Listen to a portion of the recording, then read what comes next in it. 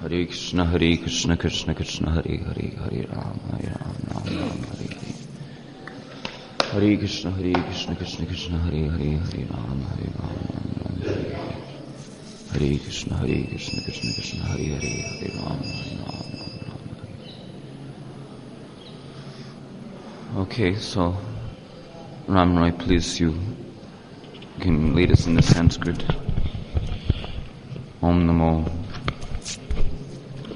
Om Namo Bhagavate Vasudevaya. Om Namo Bhagavate Vasudevaya. Om Namo Om Namo Bhagavate Vasudevaya. Srimad Bhagavatam, Canto 10, Chapter 33, the Rasa Dance, Verse 39.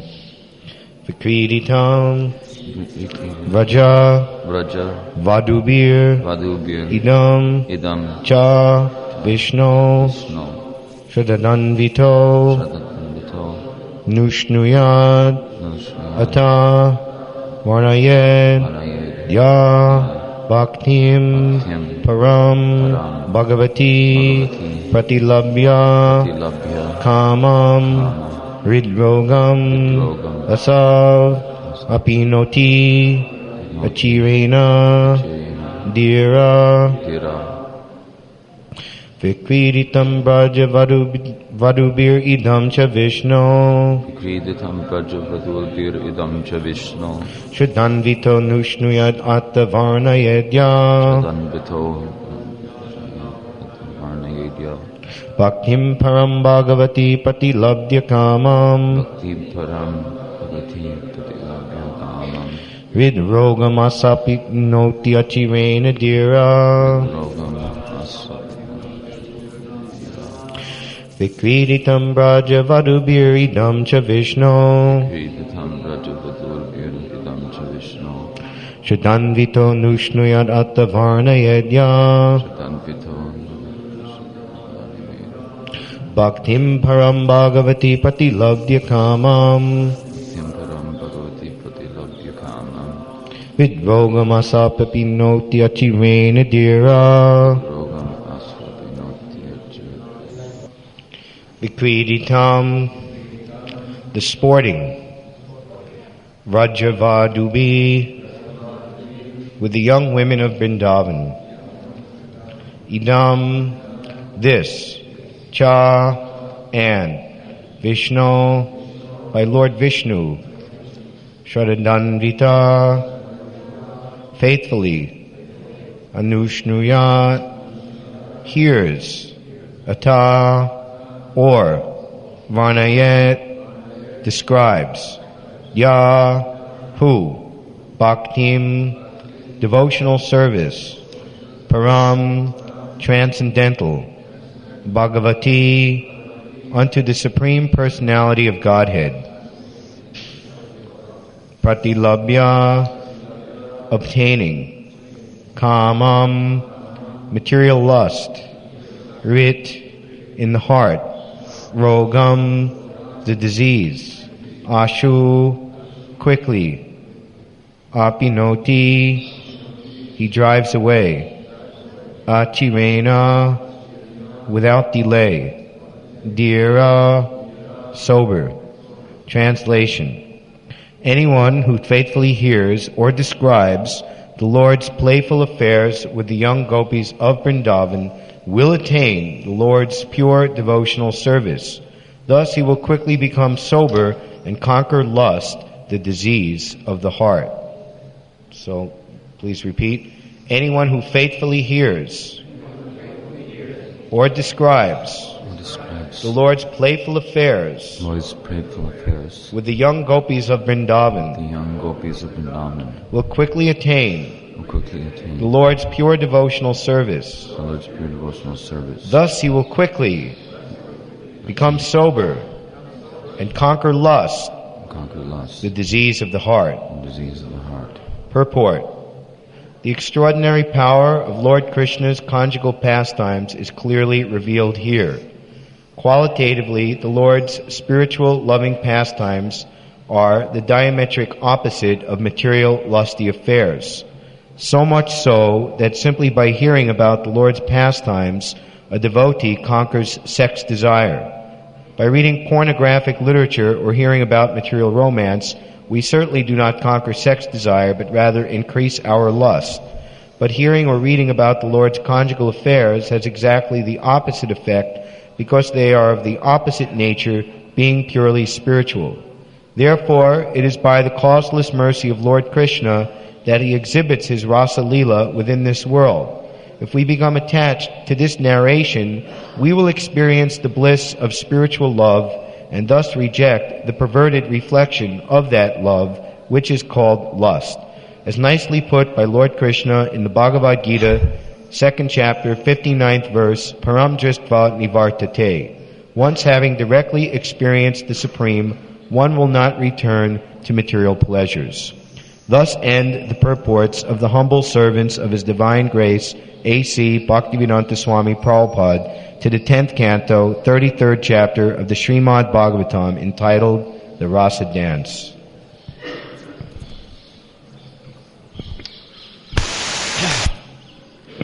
You read that really fast. Did everybody pick up on it? Did you catch what was being said? I hope.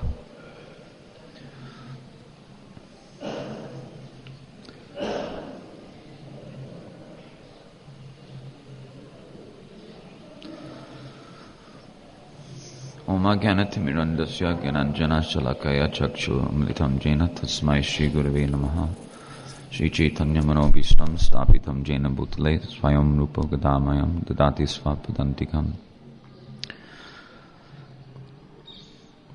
Hey Krishna Kuruna Sindhu Dinabandho Jigapate Gopesha Gopika Kanta Radha Kanta Namostate Tapta Kanchana Gaurangi Radhe Vrindavaneshwari Vrishabhanu Sudidevi Pranamami Hari Priye Shri Radhika Pranasamam Kanyasim Vishaka Kishikshita Sokya Sostavam Lilamita Nochtaritanga Madharim Anangapuvam Pranamami Manjanam Vanchakalpatarubhyascha Kripa Sindhubhya Evacha Patitanam Pavanebhyo Vaishnavebhyo Namo Namaha Shri Krishna Chaitanya Prabhu Nityananda Shri Advaita Gadadhar Shivasari Gaur Bhaktivinoda Hare Krishna Krishna Krishna Hare Hare Hare Rama Rama Rama Hare Hare.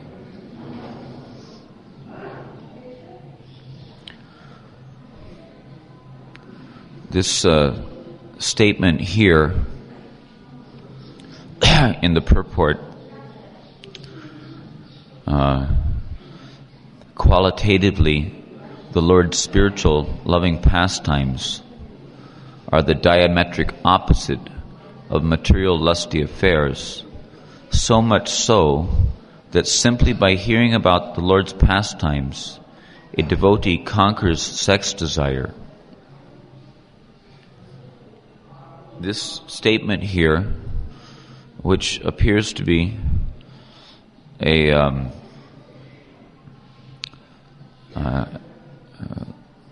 you can say the contribution of the humble servants of His Divine Grace A.C. Bhaktivedanta Swami Prabhupāda. These statements are quite in keeping with the opinion of our predecessor acharyas. So this morning I would like to take a little peek at what Śrīla Swami has to say about these things, what Jiva Goswami has to say about these things, and especially what Vishwanath Chakravarti Thakur has to say in these things, and even more especially what our Srila Prabhupada has to say about these things. Of course, in previous classes, I have, rather exhaustively presented Srila Prabhupāda's statements concerning the importance of hearing about Krishna's pastimes with the gopis in different ways from different passages in Srila Prabhupāda's books. However, I don't think that it's wrong, since this morning marks the end of our study of the Rasa Panchadhyaya. This is the last verse in the 5 chapters which deal with Krishna's love dalliances with the gopis. And this is what can be called as the fruit which is being offered by Shukadeva Goswami. He's telling that anyone who faithfully hears or describes the Lord's playful affairs with the young gopis of Vrindavan will attain the Lord's pure devotional service.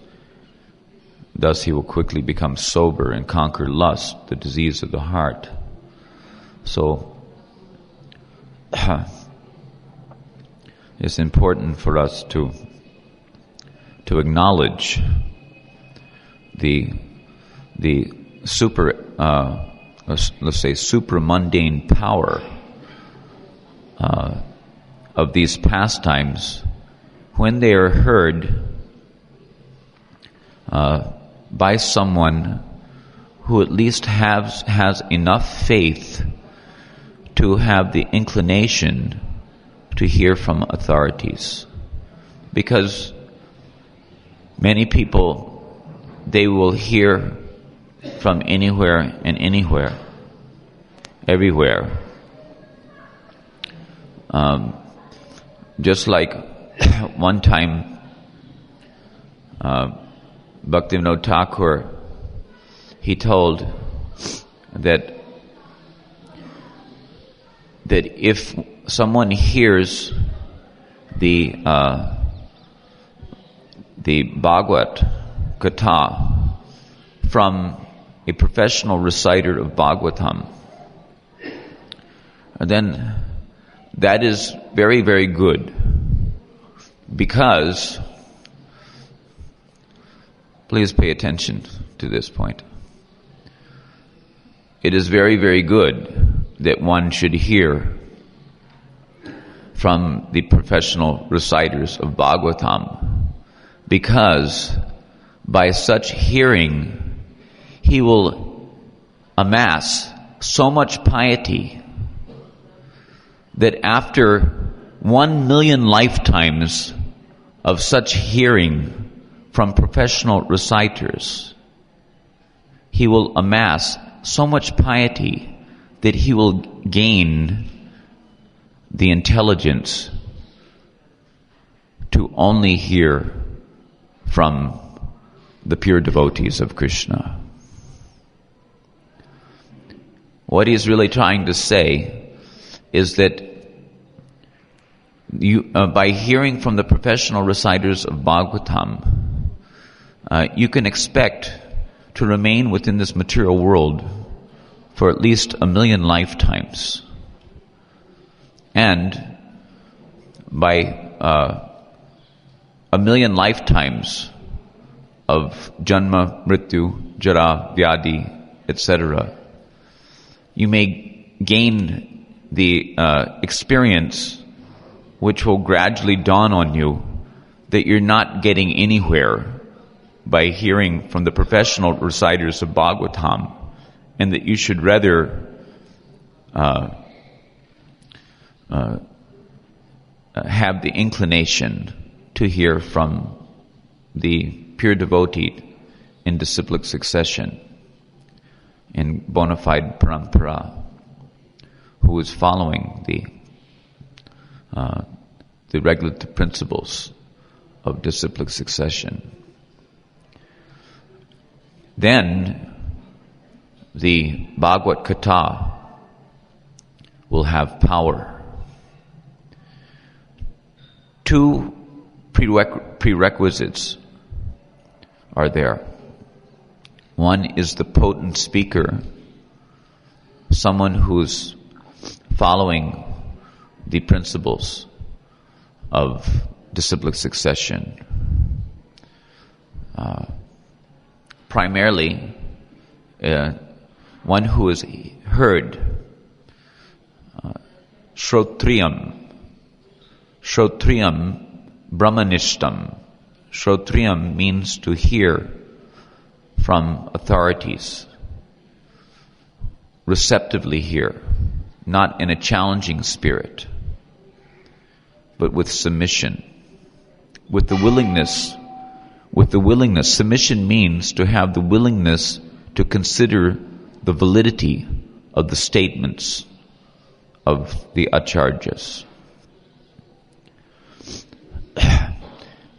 He must have the willingness to consider that the statements of the acharyas are valid in the matter of one's coming to any conclusion or making a decision concerning any of the truths concerning the progress in spiritual life. So, I would like to, before I get into reading, I'm going to read a few things. So, if you kindly bear with me, but listen attentively and try to understand and appreciate the viewpoint of our acharyas concerning this subject matter. Today we're not going to discuss, because there's always less and less time to churn out these ideas. So we're not going to get into discussing any Lila Katha, which is perhaps disappointing to some of us, but rather because in keeping with the verse and purport in the matter of Shukadeva Goswami's answering Parikshit Maharaj's question about the validity of Krishna's apparent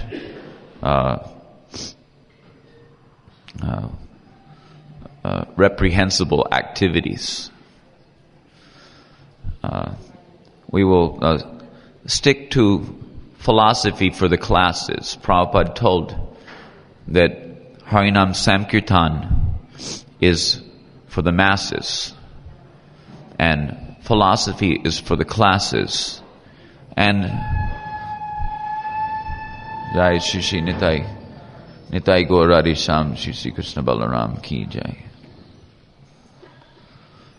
Harinam Sankirtan is for the masses. Philosophy is for the classes. And Lila Kirtan, this is an important point that should be brought out.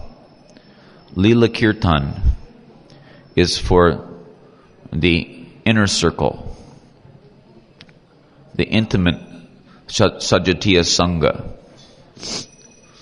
So there's a distinction between Lila Kirtan and the presentation of Rasa Lila as it was done by Shukadeva Goswami to the assembly who were gathered about Maharaj Parikshit at the time of his departure from this world. Lila Kirtan is for relishment of the bhavas which are displayed in the course of Krishna's loving dealings with his devotees. So generally, in Lila Kirtan, because it is the bhavas which are to be relished. Hare Krishna, please. Because the bhavas are to be relished, it is expected that those who are absorbed in hearing and chanting Lila Kirtan, that they should have the qualification for relishing the bhavas. So, in Lila Kirtan, there is very little, if any, exposition on the actual philosophy concerning the principles of Sambandha Tattva Gyan, because it's to be assumed that the personages who are thus absorbed in Lila Kirtan must have already gone through those stages in the development of their devotional life. So,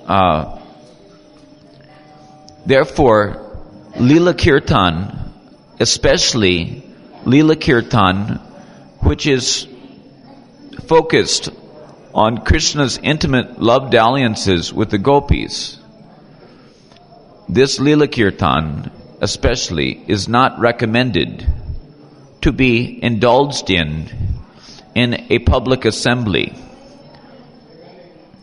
because such Lila Kirtan, which is not coupled with a philosophical exposition, it will not, help to clarify the doubts or the misunderstandings that may crop up in the heart of persons who are not properly trained in the Vaishnava Siddhanta. However,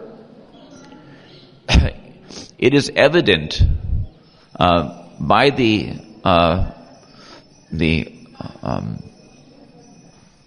commentaries, from the commentaries of Vishwanath Chakravarti Thakur, that in the assembly of this Bhagavad recital by Shukadev Goswami, there were many non-devotees, smarta brahmanas, karmis, jnanis, yogis, persons who were not, possessed of a proper devotional disposition, certainly who were not possessed of a proper devotional maturity. So many of these types of people were present, and certainly Shukadev Goswami was aware of that, and certainly he knew that these topics may raise a few eyebrows. However, because there was at least one qualified hearer, Parikshit Maharaj, in the assembly, and because there was cooperation between the qualified hearer, means faithful hearer, one who was interested to understand the things from the proper authorities, and who was interested to open the topics of discussion in such a way that all may be benefited. So because all these types of non-devotional elements were present, Parikshit Maharaj saw the necessity to raise a few questions which would help to clarify the subject matter, so that in the course of the Lila Katha there would be no misunderstanding among unqualified personages. So this is the difference between Lila Kirtan and Bhagavad Katha, because in the Bhagavad there is ample, opportunity, ample facility, even in the 10th canto itself, there's ample facility for anartha-nivritti. There's ample facility for, let's say, clearing the doubts about the transcendental nature of Krishna's, let's say, appearance and activities, so that one can understand properly. Even in the course of the Rasa-lila chapter, which is considered to be the, let's say, pinnacle of Bhagavad philosophy, Bhagavad Gita, the summit, in the course of this chapter alone, there is sufficient discussion about Bhagavad Siddhanta, which will help the hearer to properly understand the truth concerning Krishna's transcendental supreme position as the autocratic bhokta, or enjoyer. Bhoktaram jagyatapasam sarvaloka maheshwaram saridam sarvabhutanam gatvam mam shantim richtati. These things are all being presented in the course of this very Rasa Panchadhyaya, so that there will be peace in the heart, enough peace so as not to be agitated by the ignorance which causes the misconceptions about the nature of Krishna's dealings with his devotees. So, anyway, I would like to now refer to Srila Prabhupada's discussion on this topic in the Krishna book.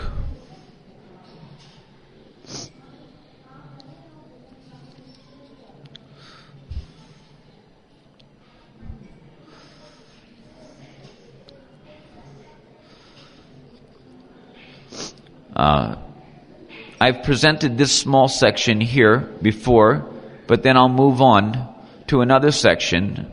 This is at the end of Srila Prabhupada's discussion on the description of the rasa dance in Krishna book. The difficulty is that the whole world is full of Mayavadis, and when they become professional reciters of Srimad Bhagavatam, and when people, without knowing the effect of the Mayavad philosophy, hear from such persons, they become confused. Discussion of the Rasa-lila among people in general is not recommended because they are affected by the Mayavad philosophy, but if one who is advanced explains and people hear from him, certainly the hearers will be gradually elevated to the position of Krishna consciousness and liberated from materially contaminated life.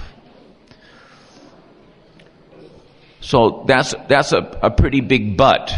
Generally, it's not recommended.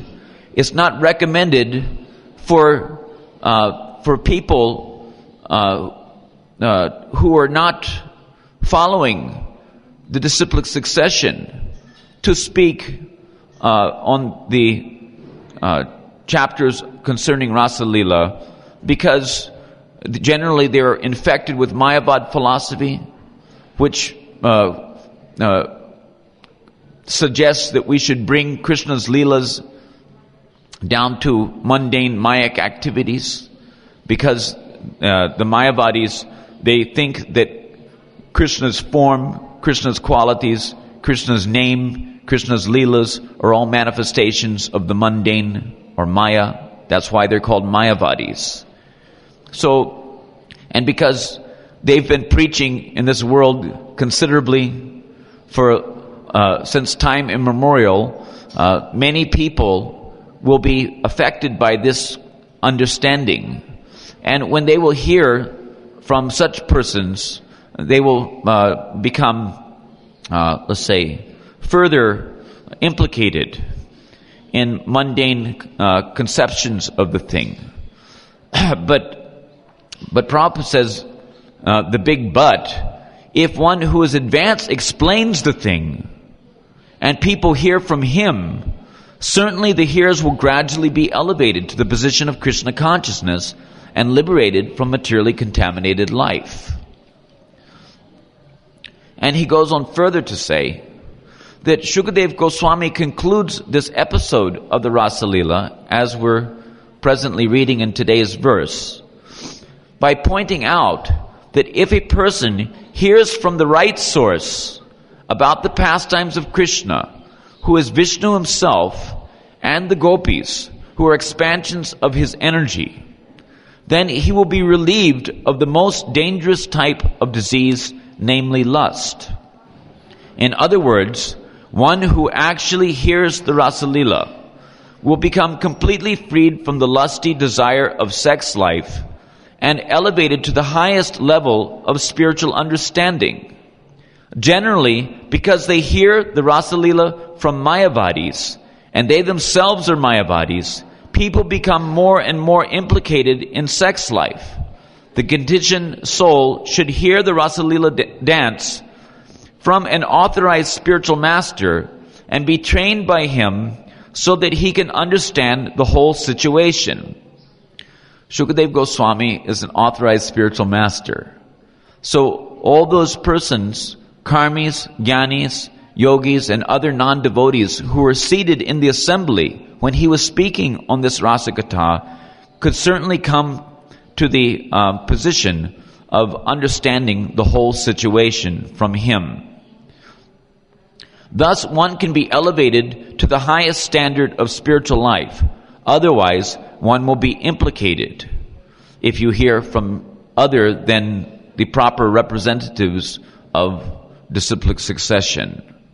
Material lust is a kind of heart disease, and to cure the material heart disease of the conditioned soul, it is recommended that one should hear, but not from the impersonalist rascals. If one hears from the right sources with right understanding, then his situation will be different. Shukadeva Goswami has used the word Shraddhanvita for one who is trained in spiritual life. Shraddha, or faith, is the beginning. One who has developed his faith in Krishna as the Supreme Personality of Godhead and the Supreme Spirit Soul can both describe and hear the Rasa Leela. Shukadev also used the word anushrunuyat.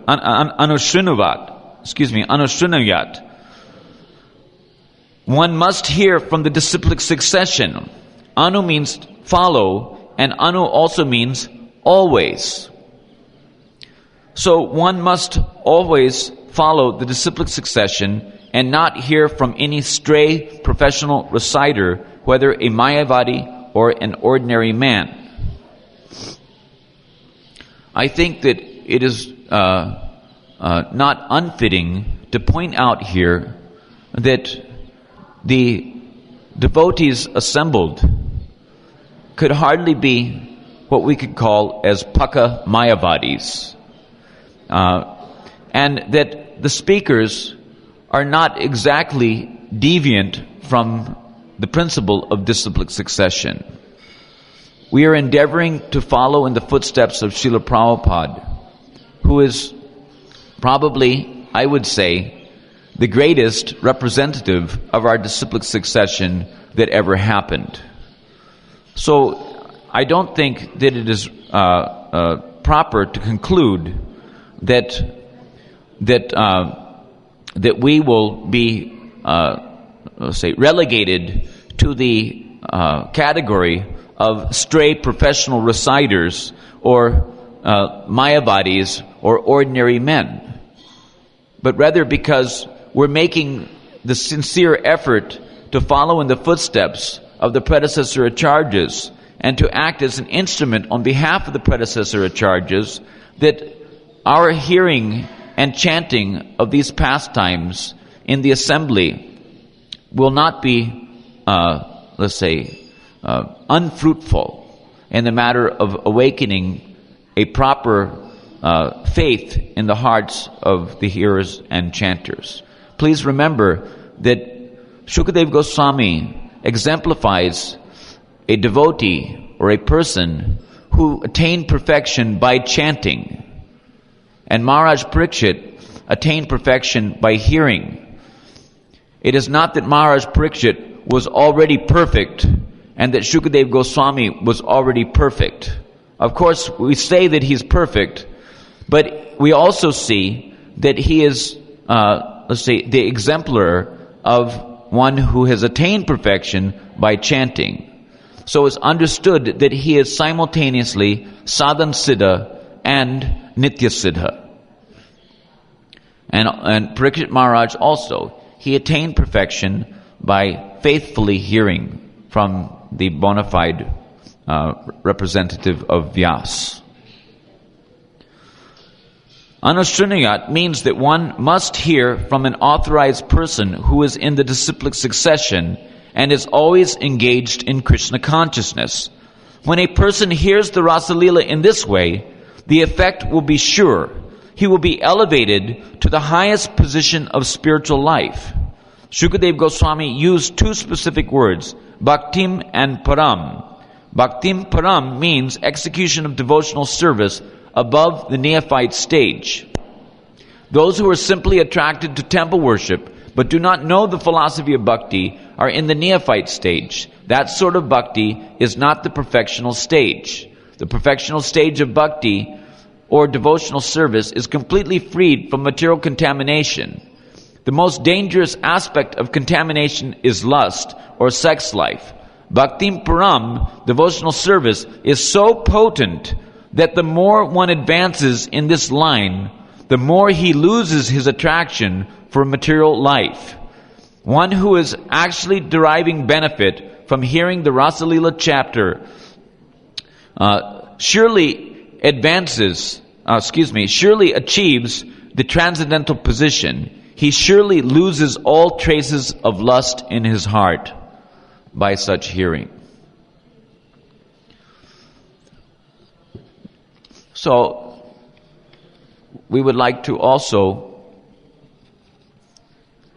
in that regard, refer to a letter to Hayagriva Prabhu. Hayagriva was one of the early devotees of Srila Prabhupada, who assisted him in his first edition of the translation of Bhagavad Gita.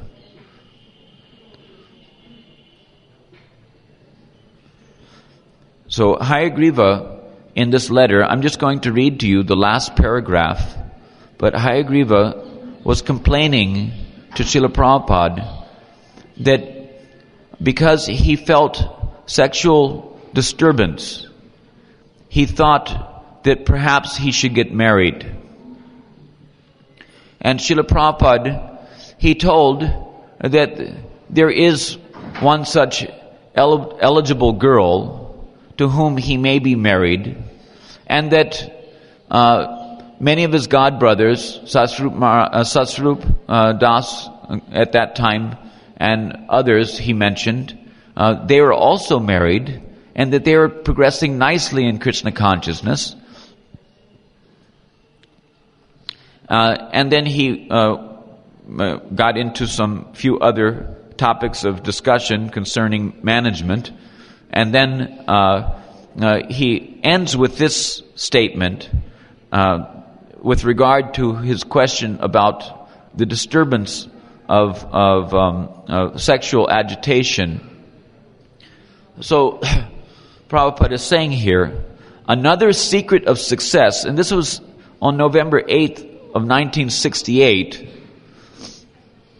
So we could hardly think that Hayagriva was a most highly elevated Paramahamsa if he is feeling sexual disturbances and all these things. So Prabhupada is instructing his sexually disturbed disciple.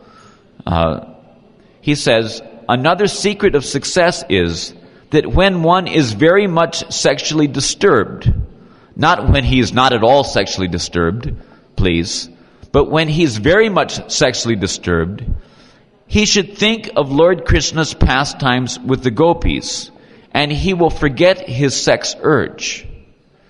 To think of Krishna's pastimes with the gopis, but not to try to imitate. So we've gone at length, we've gone through this subject matter in the last few verses, wherein Shukadeva Goswami has mentioned that one should not try to imitate the great controllers, the great personalities, neither the Lord who is Parameshvara, Ishvara Parama Krishna, Satchidananda Vigraha, Ekala Ishvara Krishna, Ar Sababritya. Neither them nor the devotees of Krishna, who are also considered to be great controllers. Rather than Anukarana, one should be Anusharana. Rather than performing the activities of the great person. In other words, do as I say, not as I do. That is a famous statement in America, at least. We say like that: do as I say, not as I do. Someone could say, then how are you being acharya? You're doing something different and saying something different. But Shukadeva Goswami says that one should do those activities, follow those activities, anukaran, when those activities are in keeping with what they say. Because, in other words, what they say is more important to be followed than what they do. They may do something which is not in keeping with what they say. That you should not follow. But if they're doing something which is in keeping with what they say, that you should follow. So, in other words, not to try to imitate. One should think of the pastimes of Krishna with the gopis. If one is very much sexually disturbed, Prabhupada is telling here. So that may be an eye-opener. Of course, if someone is a Mayavadi or still too much contaminated by the Mayavad philosophy and is trying to interpolate his or her own mundane conceptions about the thing, on the pastimes, so much so that one may take inspiration to, let's say, put himself in the position of Krishna, who is the enjoyer, and try to prance around with all the Mayic representations of the gopis in this world as an imitation Krishna. And then perhaps his remembering the pastimes of the gopis will not be so fruitful. But if one is sincere, now that's up to each individual, how sincere we want to be. One time Srila Prabhupada was asked by a devotee in Washington, D.C., that Srila Prabhupada, how can I be sincere? And Prabhupada says you can be sincere by being sincere. So it's a question of how sincere you want to be. If we want to be sincere, we can be sincere. If we're sincere and we hear with the intent of searching out the truth and serving the truth, then the hearing will be fruitful and we will not be misled, neither by the misconceptions of others nor by our own mental concoctions. So here's another one from Srila Prabhupada, which is very nice.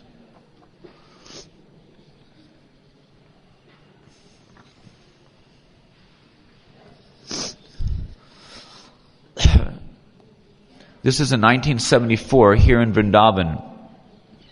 Prabhupada and the devotees, this was before the completion of the Krishna Balaram Mandir, so they were staying at Fogal Ashram. Srila Prabhupada had noticed a Sitaram Kirtan going on constantly across the way from Fogal Ashram. And he reminded us that in Vrindavan, we should try to understand Radha and Krishna. In other words, here he is in Vrindavan, and these people are in Vrindavan, but they're chanting Sitaram, Sitaram, you know. But Prabhupada, he was trying to bring our attention to the fact that we're in Vrindavan, we're not in Ayodhya. So rather than chanting Sitaram and trying to understand Sitaram, our real business is to understand Radha and Krishna. Because this is Radha and Krishna's Leelastan, it's not Sitaram's Leelastan. Anyway, it should be noted that why they're coming to Vrindavan is because the understanding is there that in Brajadam, any desire is very easily fulfilled. So there are people who are worshipping Sitaram because they know that here in Vrindavan, that desire can be easily fulfilled. And there are people worshipping Lakshmi Narayan also. And their desires will be easily fulfilled. But they will not attain the realm of Radha and Krishna. They will not attain Brajadam. They will not attain Brajalila. Any more than someone who is hell-bent for material sense gratification while residing in Vrindavan Dham can hope to attain the Brajalilas. So, he put Radha and Krishna Leela in proper perspective during the class on March 15th. Pradyumna read the Chaitanya Charitamrita verse, quote, Lord Shri Krishna, the Supreme Personality of Godhead, is the supreme enjoyer in the rasa dance. He is the leader of the damsels of Braja, and all others are simply his associates. Srila Prabhupada said, Krishna's business, this is in 1974, and here is Prabhupada giving a class to the devotees who were assembled there. Krishna's business is Rasadi Vilas, dancing with the gopis. He has no other business. People try to imitate Krishna by dancing in ballrooms and nightclubs. Since we are part and parcel of Krishna, we have the same spirit of dancing. But because we are in the material world, the material covering has perverted the dancing propensity. Our dancing and Krishna's dancing are not the same. This perverted reflection inebriates and frustrates us. But in the dancing of Krishna, there's no inebriation, no frustration, because it is not false, it is real, Chid Vilas. He is the enjoyer of the spiritual potency. Srila Prabhupada was enlightening us about our whole purpose in visiting Vrindavan. Quote, those who come to Vrindavan should try to understand Krishna. Krishna exhibits his Leela here personally so that you may hear about him and become attracted. Oh, how can I go and play with Krishna? How can I go and dance with Krishna? How can I develop parental affection for Krishna? How can I become a tree or a blade of grass in Vrindavan so that Krishna may trample over me? This is called Krishna Prema. Krishna demonstrates his activities to give facility to the conditioned soul. This is Krishna's business. Why don't you come back to me and dance with me? Why are you rotting in this rotting dance? You want association. You want sporting. Why don't you come to me and take part in my sporting with the cowherd boys? This is the invitation of Krishna. So anyone with intelligence will try to enter into the transcendental pastimes of the Lord. Anyone with intelligence, anyone with any intelligence at all, I might add. Anyone with any intelligence at all will try to enter into the transcendental pastimes of the Lord. So Prabhupada is beckoning us. He's beseeching us. Yeah. Tamasi Maha. Jyotirgama. Get out of darkness and come to the light. Try to see with the light of the Bhagavad. What alternative? Krishna consciousness is the positive alternative. What alternative there is to our miserable, miserly, suffering condition. Yo va etad akshara garga vidit vasmal loki, what is it? Loki praitis sakripanaha. That means that he is a miserly man who quits this world like the cats and dogs without understanding the science of self-realization. So, at this point, I would like to, because Srila Prabhupada, in the verse, in the purport here, in today's verse, as nicely put by Lord Krishna in the Bhagavad Gita, Param Drisva Nivartante. Once having directly experienced the Supreme, one will not return to material pleasures. So we can have a quick look at that verse.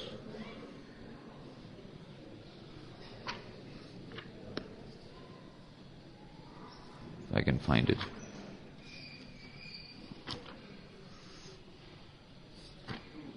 2:59, yeah.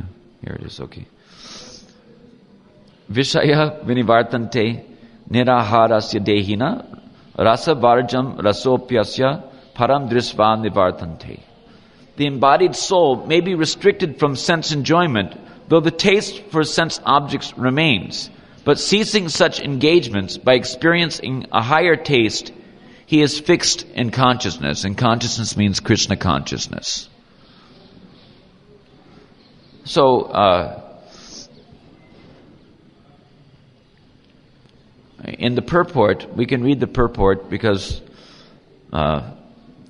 these are Prabhupada's instructions, and I think that it's important that especially in this portion of the 10th canto where we're not hearing directly Prabhupada's purports on these verses of the 10th canto and heretofore, up to the 12th canto, it's important that we bring in Srila Prabhupada's pertinent instructions so that we can also directly hear from Srila Prabhupada. And that may be deemed as the expertise of the speaker. Unless one is transcendently situated, it is not possible to cease from sense enjoyment.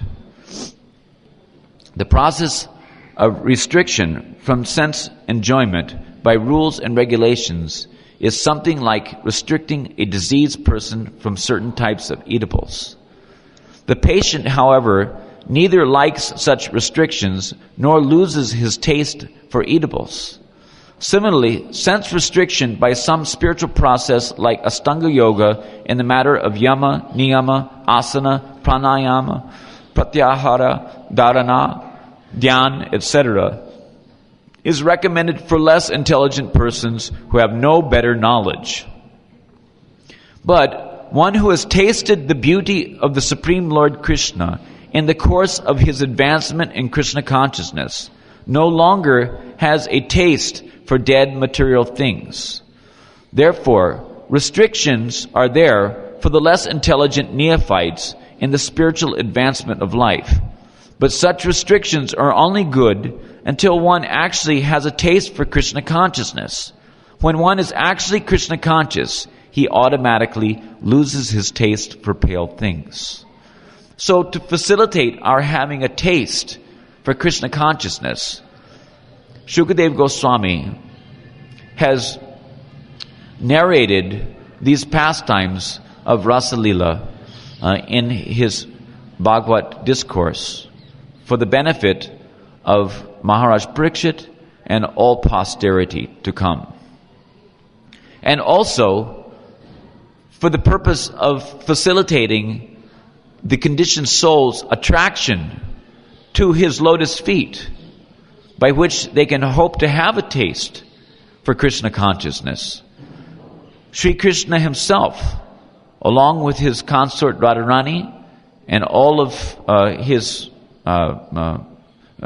friends and relatives, has exhibited this Rasa Leela and other such beatific pastimes on this earthly plane as the Bhoma Leelas or Prakat Leelas of Krishna.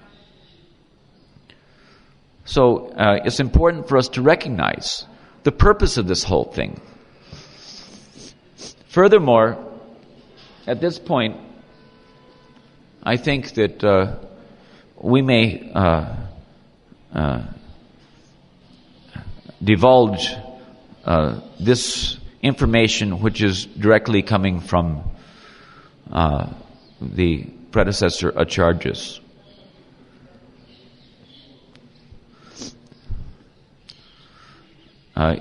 Here in Vishwanath Chakravarti Thakur's, I've reiterated, but it is proven, substantiated that there were others than devotees seated in the assembly. Because this is with reference to verse number 27 that we previously read. Now Parikshit Maharaj, noticing the development of doubt in the hearts of various persons seated in the assembly who possess different kinds of mentalities, namely karmis, jnanis, and so on, inquired in order to uproot such doubts with the verse beginning samstapanaya. So this shows that Vishwanath is aware of the fact that there were others than devotees. Certainly they were not pure devotees. Certainly they were not, let's say, highly elevated above the influence of the three modes of material nature. But it is to be understood that why they were there is because they were interested to hear the conclusions from the authority Shukadeva Goswami in that assembly. So that made them qualified because of their inclination to hear from authority.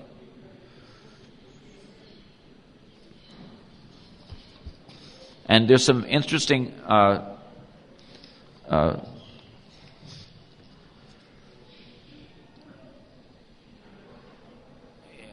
interesting passages in the commentaries here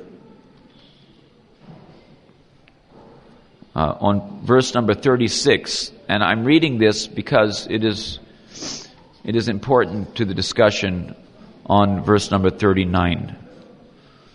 36 reads that when the Lord assumes a human-like body to show mercy to his devotees, he engages in such pastimes as will attract those who hear about them to become dedicated to him. That's the whole purpose of Shukadeva Goswami's presentation of the Rasa Leela, is to make it possible for persons to become attracted to those pastimes and thus become dedicated to the lotus feet of Krishna.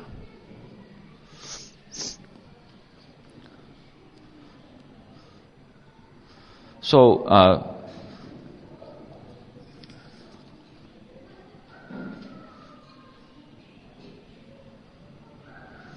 so I'll read Jiva Goswami's commentary on this verse, and then we'll move into Vishwanath Chakravarti Thakur's.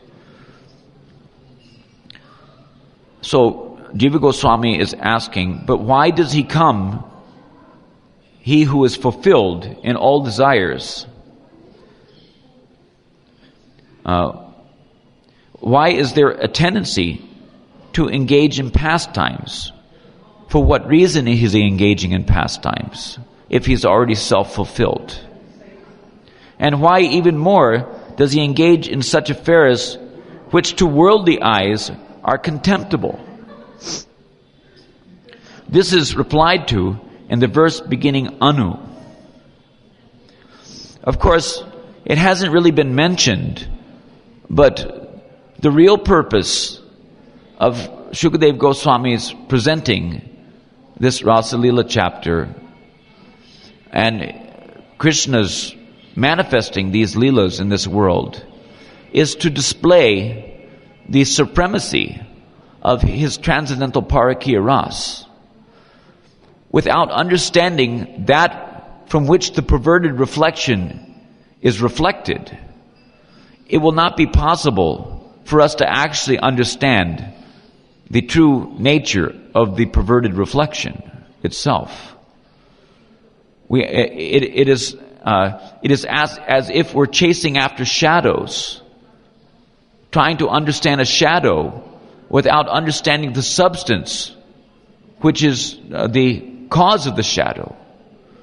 Just like you see my hand is, see, over here on the Vyasa-san, you can see there's a shadow.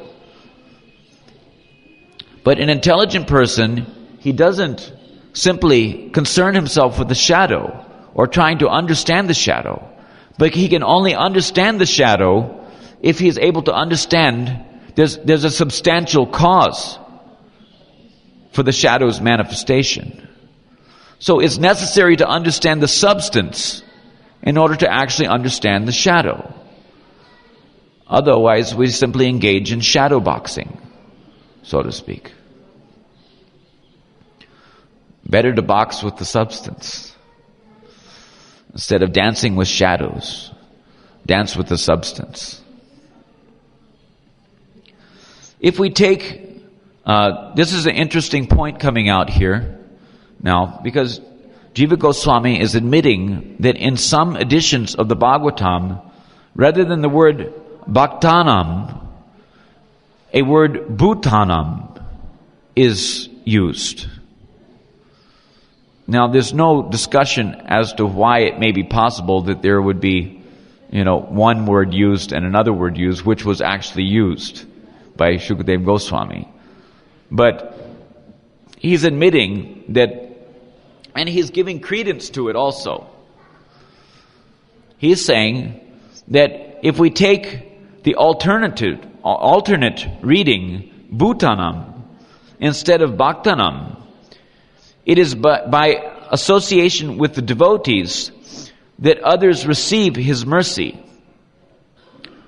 Or else, let him enjoy like this eternally, but he should do so in private. Why does he reveal these intimate affairs before persons of this material world? This is answered in order to show mercy to his devotees who are present in the material world.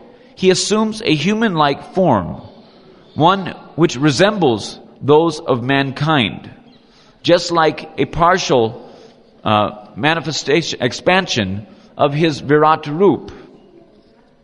Manifesting in that form, he is actually appearing in his direct internal identity, because by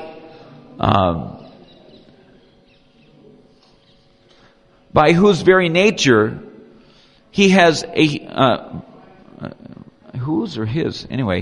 very nature, he has a human-like form to enjoy his pastimes, which are eternally realized as full of perfect existence, knowledge, and ecstasy.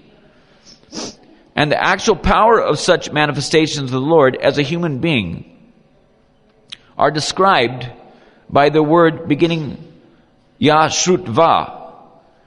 The implied completion of the idea here is Jiva Goswami's opinion now. The implied completion of the idea here is that even someone other than a devotee becomes dedicated to the lotus feet of Krishna by hearing these pastimes. And particularly, this is concerning with the pastimes of Krishna's Prem Rasa Leela.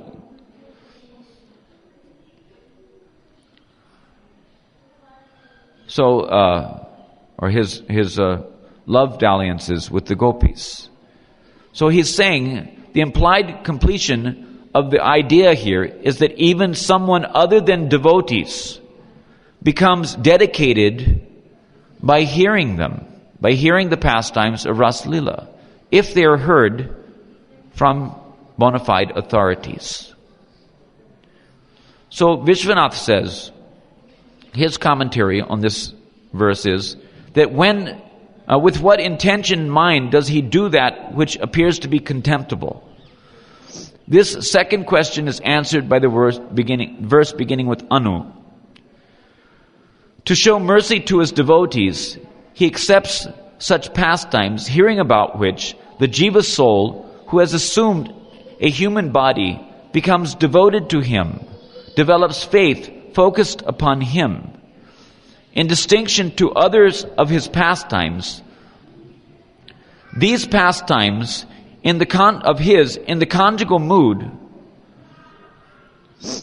have such an inconceivable potency, like that of magic jewels, mantras, or powerful medicinal herbs. Such is to be understood that these pastimes of Krishna's Rasa Leela are the most powerful in the matter of showing mercy, not only to his devotees, but to the fallen conditioned souls. And similarly, his principal reason for assuming a human body is to give his devotee the opportunity to associate with him.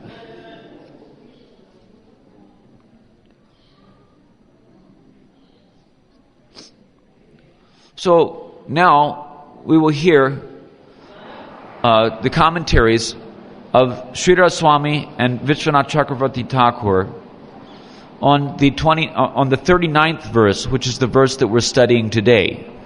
And you will be able to see from these are some excerpts from the commentaries here.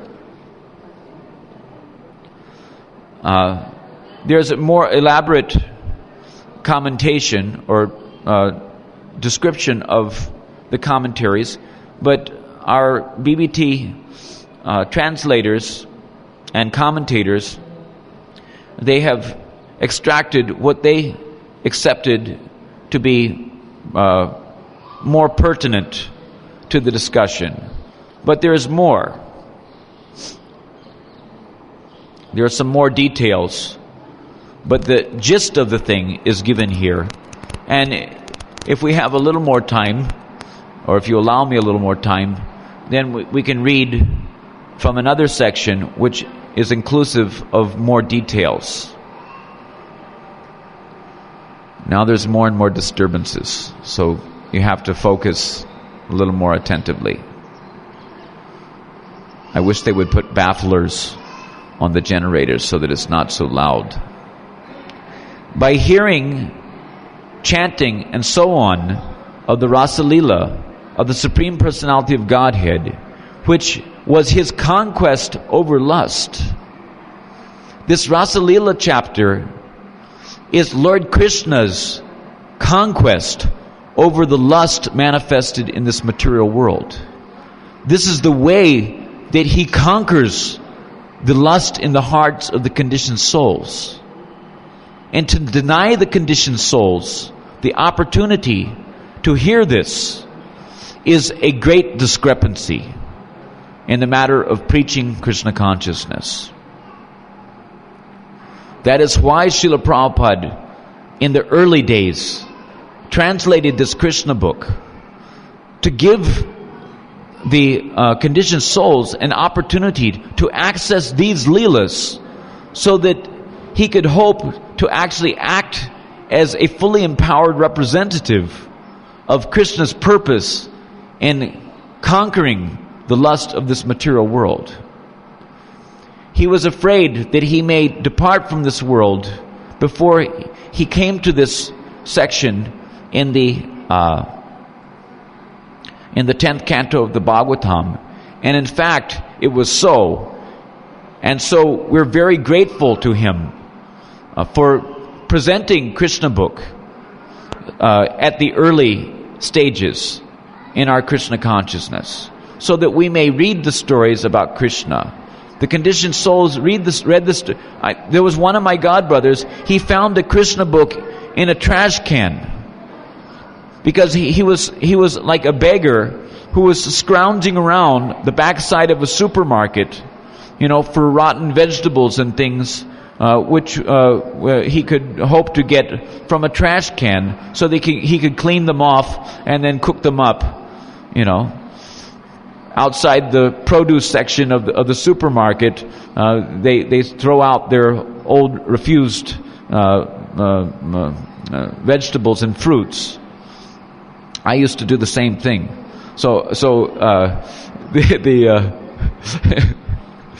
I accepted it as the mercy of God because I didn't have to work and I didn't have to pay for nothing.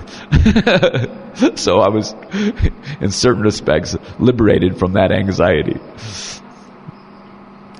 But this devotee was also, let's say, in the same mode of existence, but just so happened that one day, as he was rummaging through the refuse in the dumpster behind the supermarket, he found a Krishna book. And he read this Krishna book.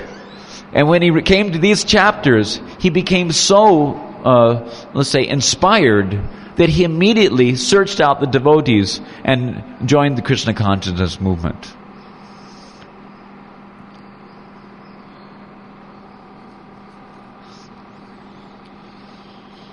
He told me about these things. Actually, I gave him the first Bhagavad Gita, but he had already gotten Krishna book, without paying anything for it. Just like he wasn't paying anything for his sabjis and fruits, so he got the Krishna book, but it wasn't that because he didn't pay for it, that he wasn't interested in the subject matter, because the Krishna book was presented so beautifully, with nice pictures and everything. It was so enchanting and attractive that it roused his curiosity, and as he read on and on, he became more and more inspired in Krishna consciousness. In other words, it awakened within him his faith in the Supreme Personality of Godhead. So,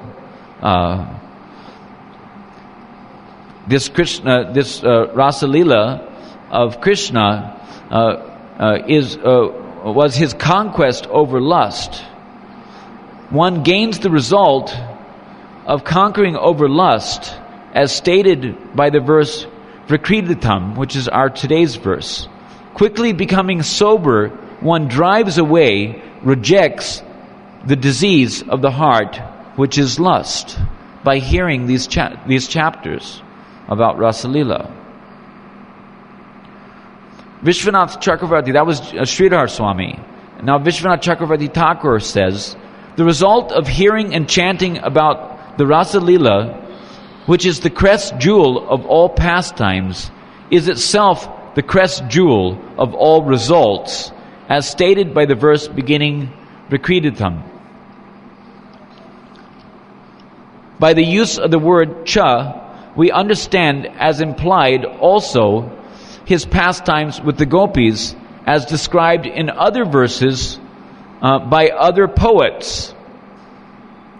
This means that hearing and chanting. So he says, for one who hears or describes.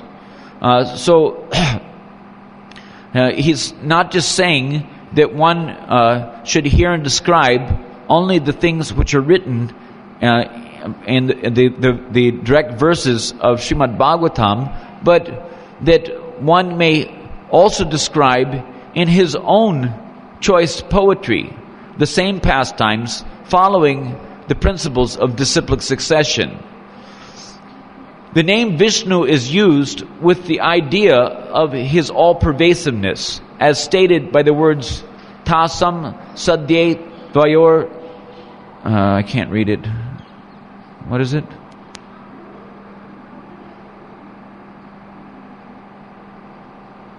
Anyway, Dvayo, I think it's saying. The word nu expresses certainty, or else it means if one hears every day, anudinam, these pastimes of Krishna with the gopis, that one should hear every day, as a daily sadhana, one should hear about Krishna's pastimes with the gopis. Or else, if one describes or chants, or else uses his own poetic ability to express them in poetic form. Attaining devotional service characterized by prema, by the suffix tva, the idea is that first of all, the candidate, even if he has the heart disease of material desire, even if he has this heart disease, he becomes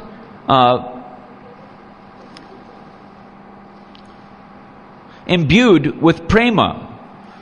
Even if he has the heart disease, he first becomes imbued with prema. Then, by prema's effect rising within the heart, the disease of the heart is destroyed.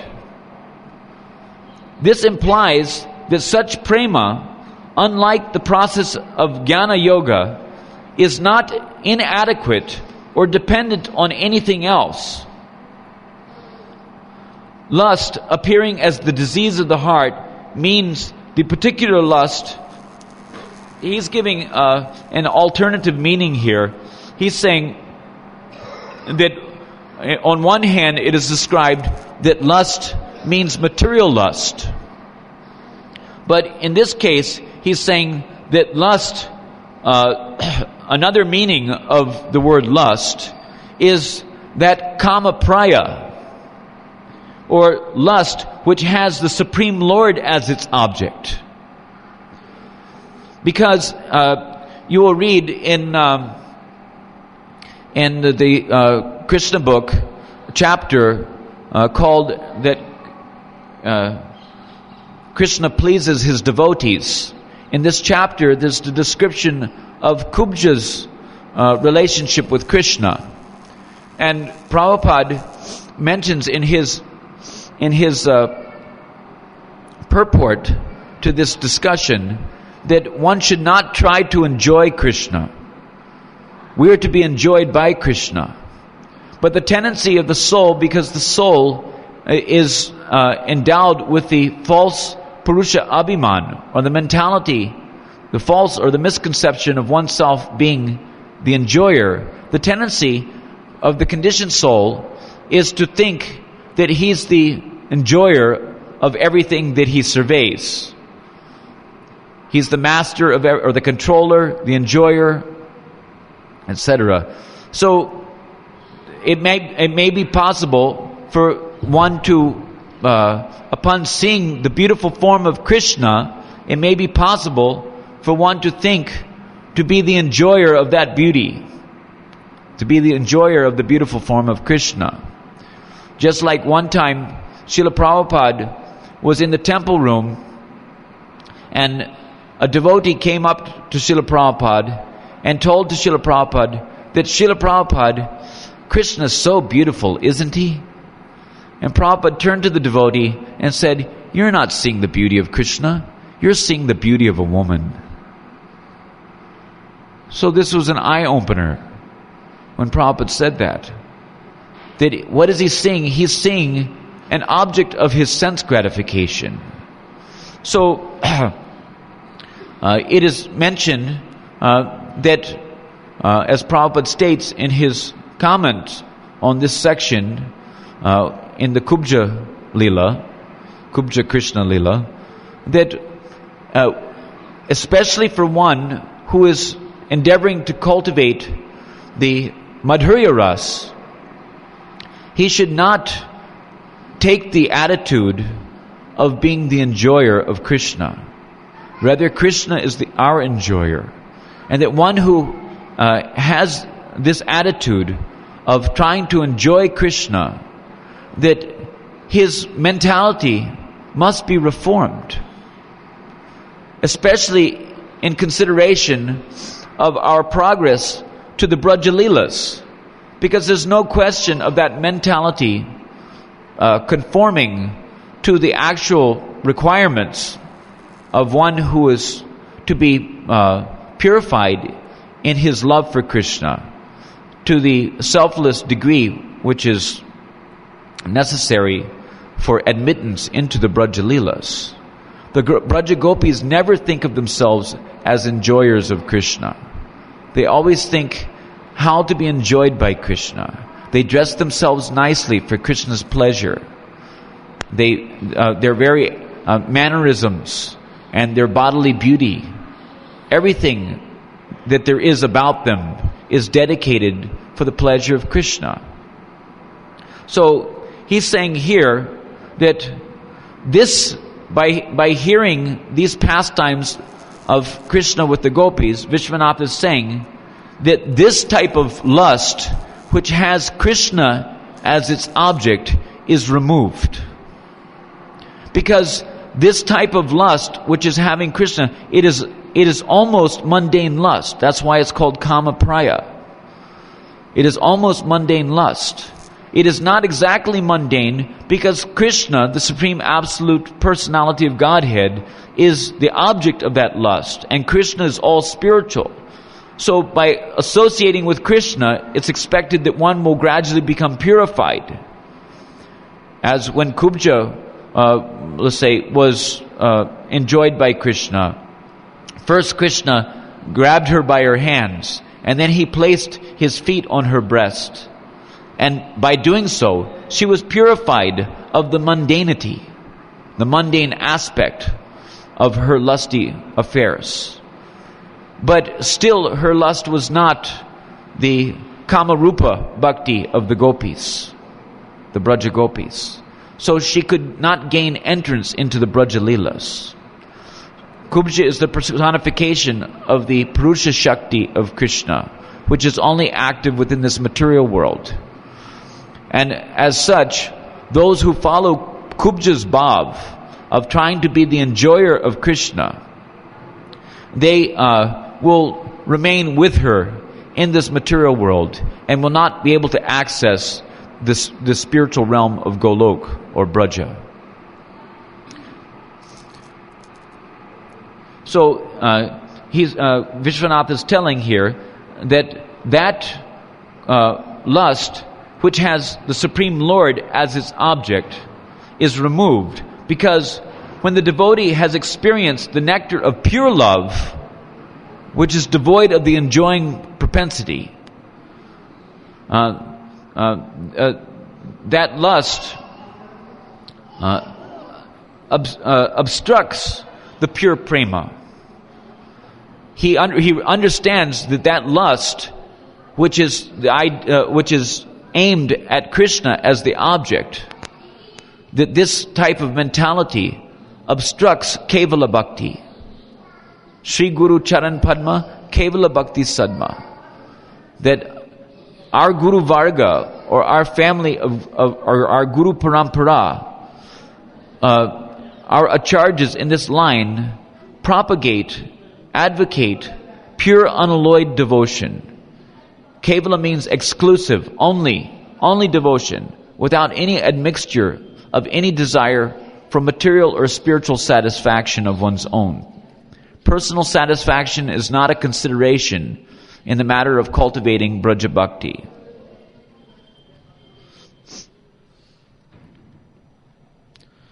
Only Krishna's satisfaction. Only the satisfaction of Krishna's devotees. Dhira means pandit, one who is free of the foolishness of thinking. Now this is very important and very interesting also. Who is a pandit? A pandit is one who is free of the foolishness of thinking, how can prema arise within the heart still diseased? A pandit is one who knows the power of, or the independent volition of Bhakti Devi. Bhakti Shakti has its own power, which overpowers the power of Mahamaya. If the power of Bhakti Shakti is not more powerful than the power of Mahamaya, then how is it possible for one to take shelter of Krishna. Mam evaye prapadyante, mayam etam tarantite. How is it possible that by taking shelter of Krishna via media, bhakti, or devotional service, that one easily overcomes the influence of Maya? So, bhakti makes its appearance first within the heart.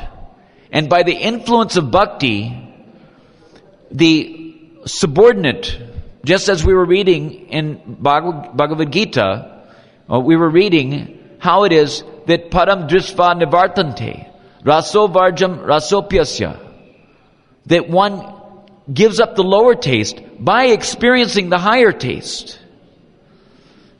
That is the meaning of Śrīla Prabhupāda's example that one should pour the milk into the cup of ink in order to drive out the ink. It is not that we empty out the ink first, because after all we're in an inky atmosphere, especially in this Kali Yuga. So we require a denser substance. When we pour the denser substance into the cup, which is containing a let's say thinner substance, then the denser substance being heavier, being more weighty, being guru, that denser substance drives out the lighter substance. And this is the proper way. This is the meaning when we say, as Rupa Goswami has said, that Anyabilasita shunyam jnana karma dinavritam anukulena krishnanushilanam. Hare Krishna. Anukulena krishnanushilanam. This portion of the verse, because this verse is describing what is Uttama Bhakti. So, in this verse, there's a description of both the Sarup Lakshana, or the primary characteristic, the own form. Swarup means own form, which is the primary substantial characteristic of Uttama Bhakti. And it also describes the Tatastha Lakshana, or the marginal characteristic, which is seen to be as the side effect. It's the side effect of the application of the principle of anukulena krishnanushilanam, which is the primary form of Uttama Bhakti. So, the positive alternative, Krishna consciousness as the positive alternative, is not that we take to the process as do the Gyanis, neti neti. We're not saying not this, not this, not that, not this, not that, not this. But rather, we're saying that it is this. Now you attach yourself to the primary substance of what is Uttama Bhakti, and as a concomitant result, it will be seen that automatically you will understand what it isn't. Just like as we gave the example before, when you will understand the substance of my hand, then automatically you'll understand that the shadow is not the hand.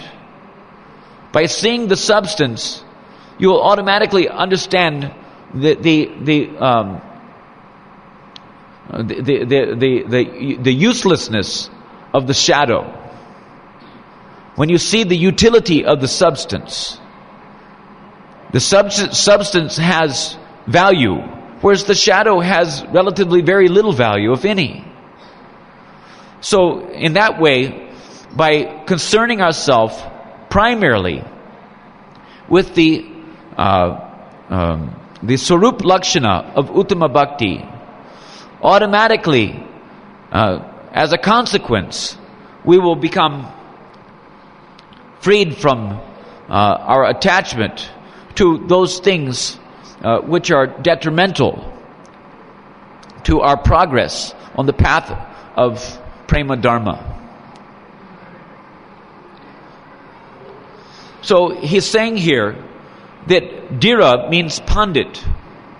And Pandit means one who is free of the foolishness of thinking, how can prema arise within the heart when the heart is still diseased? Consequently, the word Shraddhanvita means that the devotee does not accept the so-called love of those who lack faith in the revealed scriptures and are offenders against the Lord's holy name.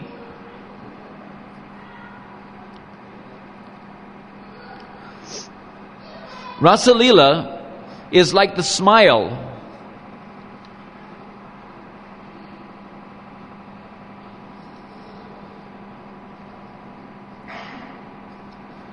Rasa-lila is like the smile of the intimate devotee who is the most victorious on account of her ability to bring Krishna under her control. So it is the smile of whom? Rasa-lila chapter? Is the smile of whom? Huh? No, it's talking about one particular devotee. Srimati Radharani.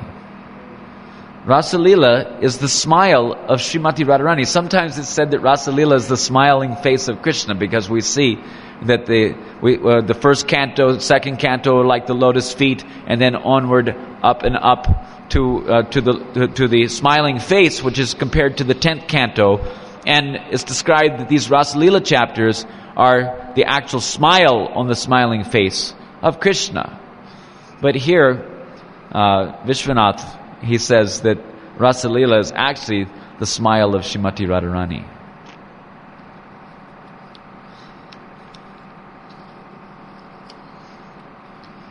So anyhow,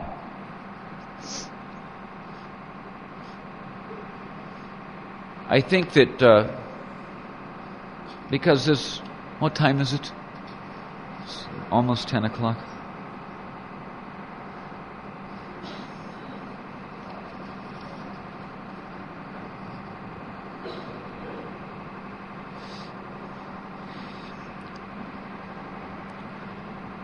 In this, we could have read here. Here's Vishwanath's. This is Krishnadas Kaviraj's commentary in Chaitanya Charitamrita on this verse, text number 36, where it is saying, "Bhajate tadrisha kridaya shrutva tatparo bhavet." So bhavet, he's saying, in order to bestow mercy upon the devotees as well as the conditioned souls, Bhagavan Sri Krishna manifests his human-like form and performs such extraordinary pastimes, Rasa-lila, that anyone who hears of them becomes exclusively devoted unto him. So,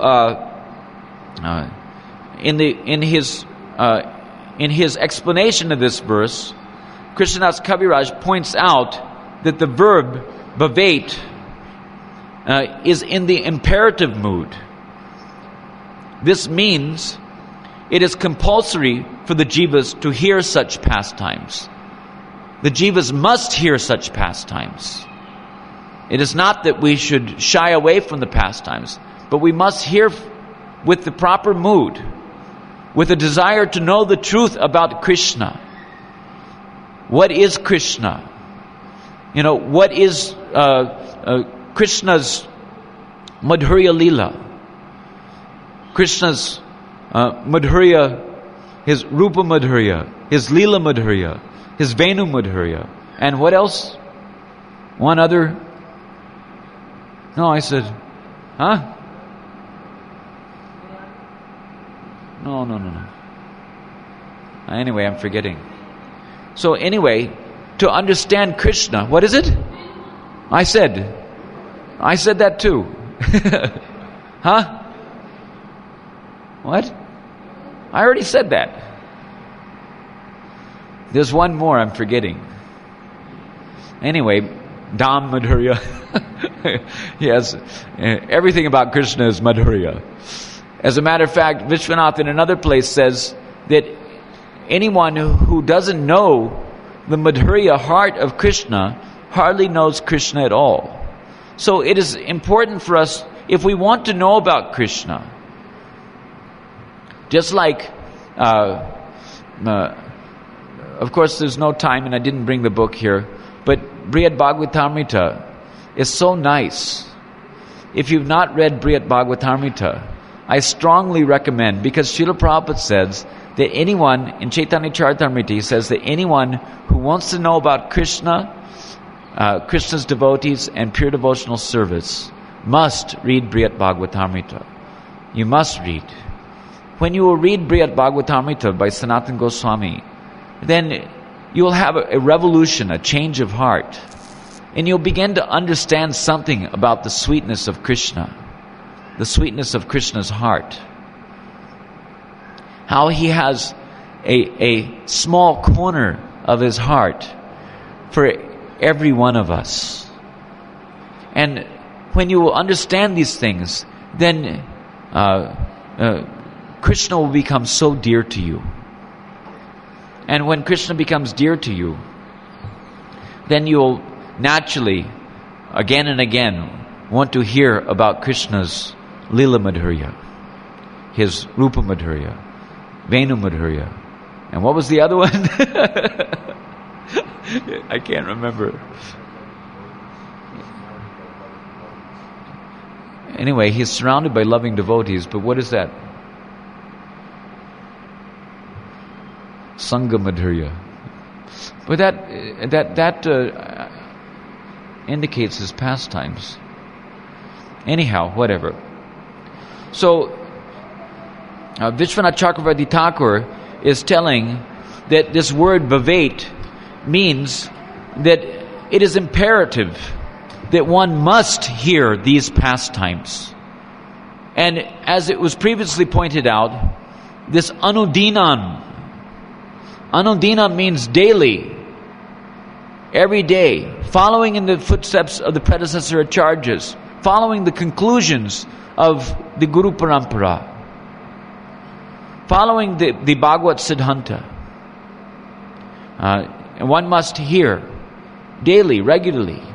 Anudinam, din means day. So every day one must hear about these pastimes, especially when one has, let's say, begun to develop an appreciation for the sweetness of Krishna, especially when within one's heart the dearness of Krishna has begun to sprout, by which a lobha, a greed, to be associated with that aspect of Krishna, with that aspect of Godhead, has the spark. Because just as we hear how it is the responsibility of the spiritual master that when he sees the spark of devotion, what is that spark? That spark is Shraddha. So when he sees the spark of devotion within the heart of a candidate, that he carefully fans that spark into a raging fire. If the spiritual master neglects to do that, then he's actually not doing his job.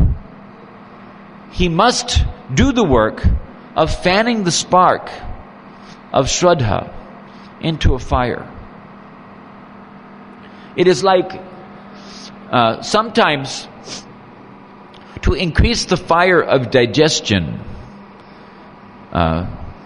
just like a boy may tug on the sari of his mother, saying, "Mommy, mommy, I'm hungry, I'm hungry." I want a cookie, I want a cookie, like that. But the mother will say, "No, it's not your dinner time. Go play." You see? So then the boy will go away and try to play, but then he's becoming more and more, let's say, hungry.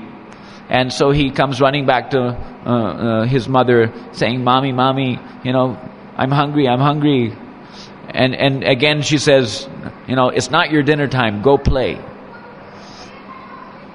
So sometimes we see that the spiritual master will when the devotee comes forward out of curiosity perhaps, and inquires about such pastimes as Krishna's dalliances with the gopis, or inquires about his or her own constitutional relationship with Krishna, the spiritual master may say that it's not time for that yet. Just keep chanting your snick snick ram rams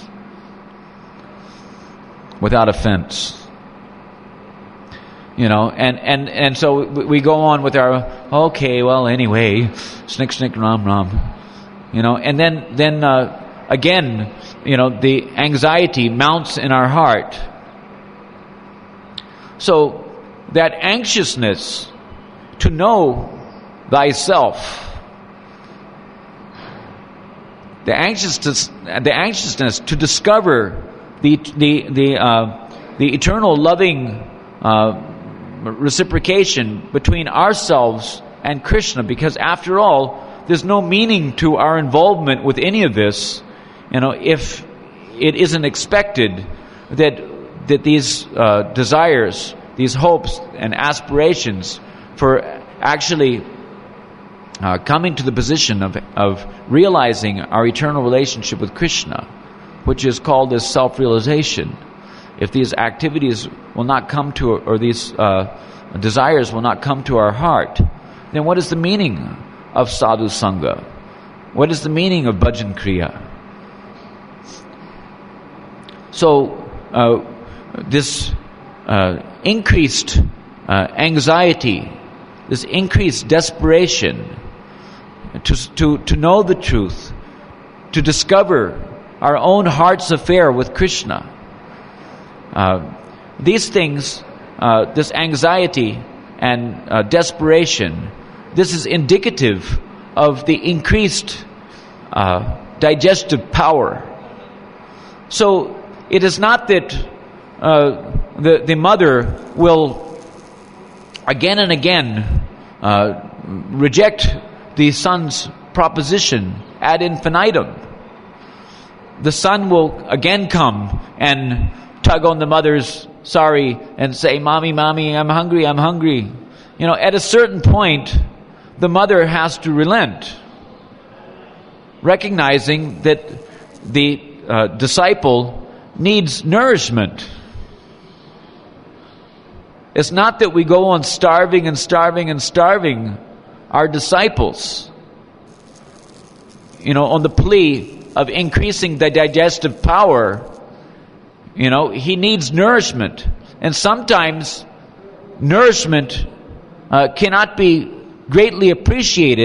so greatly appreciated or assimilated, unless there's at least some appetizers given in the beginning of the meal. So we may not be on the platform by which we can actually assimilate or take nourishment, because that is pushti. Pushti marg means the rag marg, the path of nourishment. But if because we may not be having sufficient greed within our hearts with which to digest or assimilate the nourishment, but at the same time, to increase that digestive power, there's necessity for the spiritual master or the sadhus in the sadhu samela. There's necessity to time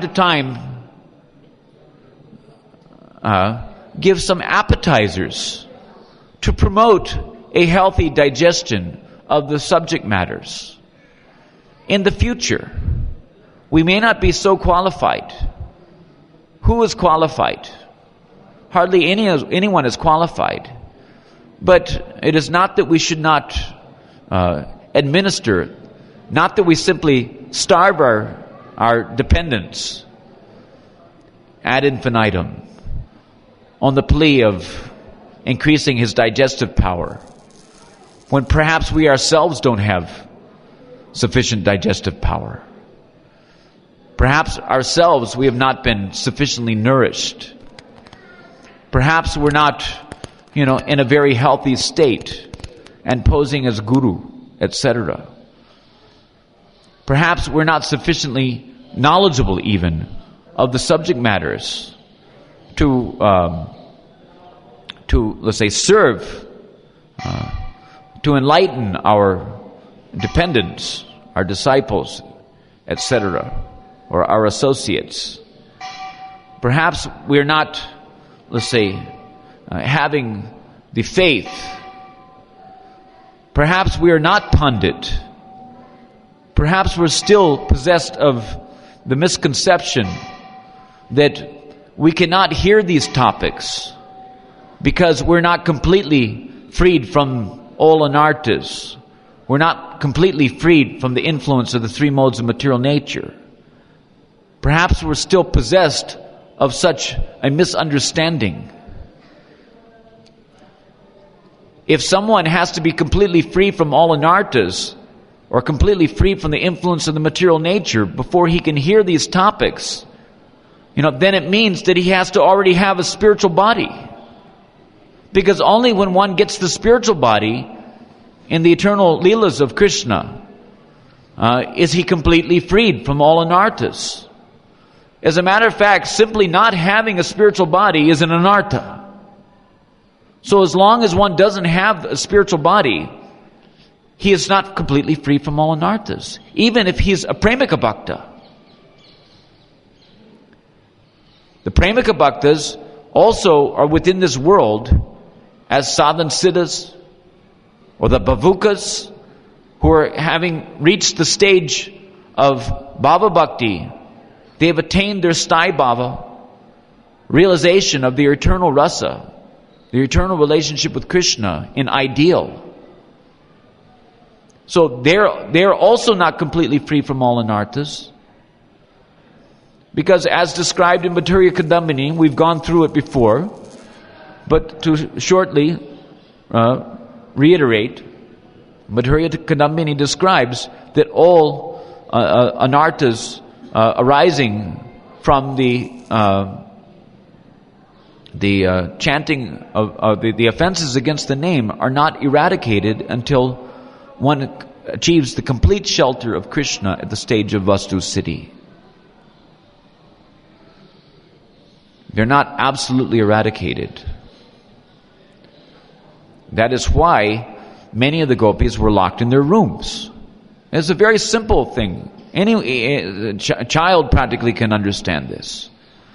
But those who are too complicated in their thinking, Krishna consciousness is simple for the simple.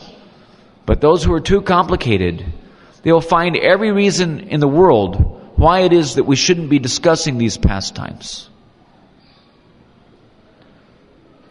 They'll say so many things which are indicative of the impropriety of their thinking. I could read a little more. Bhutanam iti pate, etc. It is described that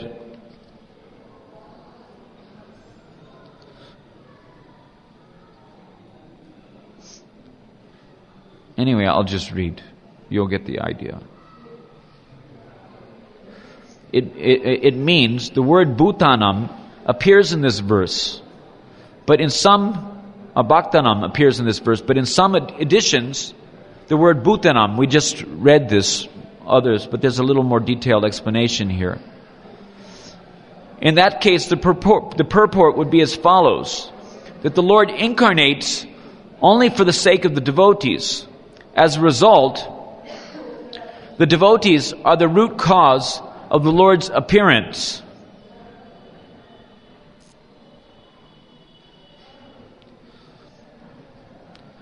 The Lord also appears in His original human-like form in order to bestow His favor upon the liberated souls, muktas, the aspirants for liberation, mumukshus, the sense enjoyers, vishayis, and all living entities in accordance with their relationship with the devotees. This is, I'm reading here a translation from the full purport of Vishwanath Chakravarti Thakur on this verse. And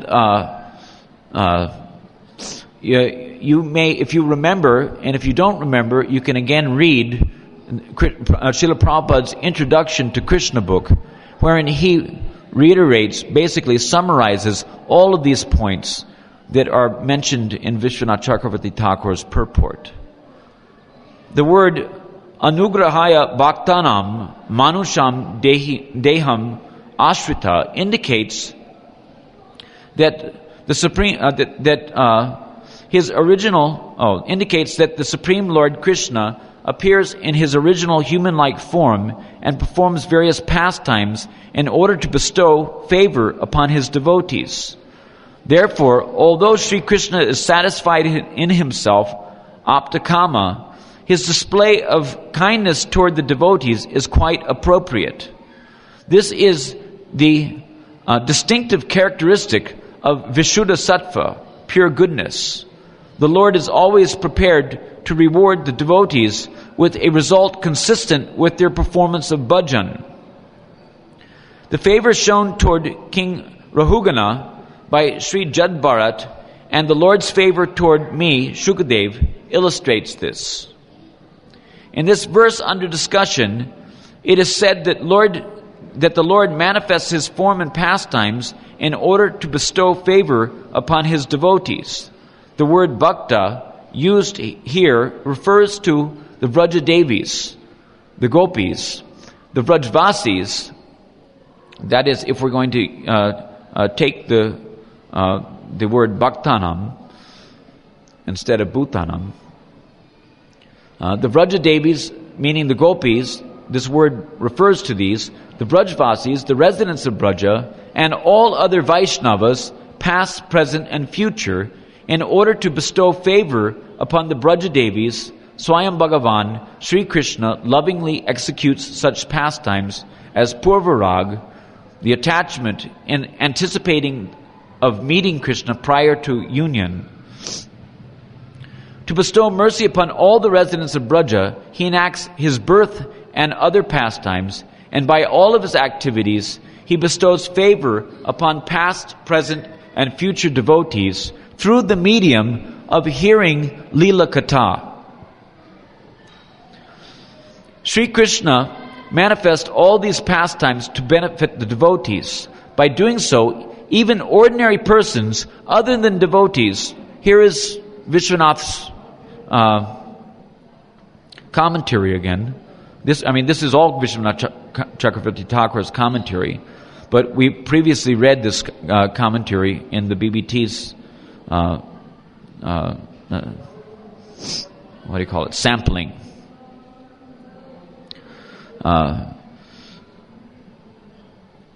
By doing so, even ordinary persons, other than devotees, who hear even the more common of the Lord's pastimes become fully intent upon the Lord. Therefore, by hearing the supremely ambrosial Rasalila, ordinary persons will certainly become exclusively devoted to the Lord. Ordinary persons. We're talking about ordinary persons hearing these pastimes, and that they will become exclusively devoted to the Lord. So, where's the question of there being any impropriety in our having discussions on the Rasalila chapters in the assembly of the devotees? Of this, there can be no doubt. This fact will be elaborately discussed in subsequent verses, such as, and now this is what we're just reading is a discussion, Vishwanath's commentary on verse 36. And in his commentary, he's saying that this fact will be elaborately discussed in the subsequent verse, Vikriditam Vraja Vadurbir, idan cha Vishno, this verse that is today's verse.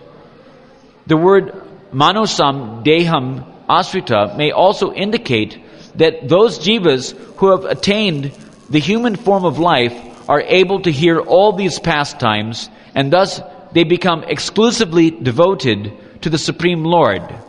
This is so because the Lord incarnates exclusively on the earth planet, Martyalok, and it is here only that worship of the Lord takes on its prominent form.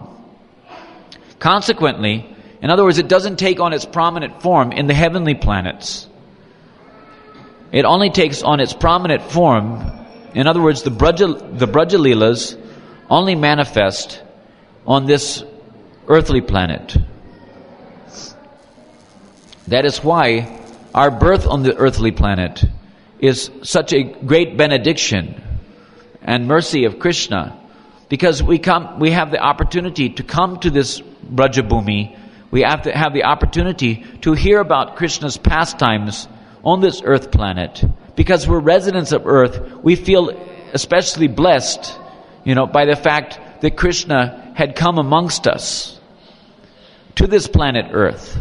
So we're associated with that very place where Krishna performed his intimate pastimes with his dearmost devotees, the Brajvasis. Consequently, the human beings residing on the earth planets may easily hear these narrations of the Lord's pastimes. The word Bhaktanam appears in this verse, but in some other editions, the word Bhutanam is found in its place. This is with reference to Jiva Goswami's commentary. Vishwanath is referring to Jiva Goswami's commentary, but he is further elucidating. In that case, the purport would be as follows. The Lord incarnates only for the sake of the devotees. As a result, the devotees are the root cause of the Lord's appearance. The Lord also appears in his original human-like form in order to bestow his favor upon the liberated souls, muktas, the aspirants for liberation, mumukshus, sense enjoyers, vishayis, and all living entities in accordance with their relationship with the devotees. The Lord's compassion is therefore said to be the cause of his appearance. Nevertheless, it must be understood that the Lord's favor toward other living entities is due only to their relationship with his devotees. In other words, the Lord bestows favor upon other jivas only because of their connection with devotees. Therefore, we have to reassert the importance of hearing from the Guru Parampara, or hearing from Sampradaya, hearing from persons who are following the principles of Sampradaya.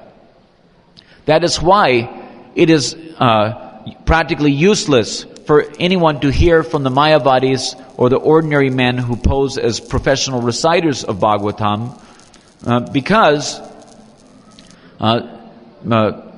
Krishna only shows mercy upon those who are associated with his devotees. He doesn't show mercy upon those who are associated with non-devotees, or those who are associated with ordinary karmis or jnanis.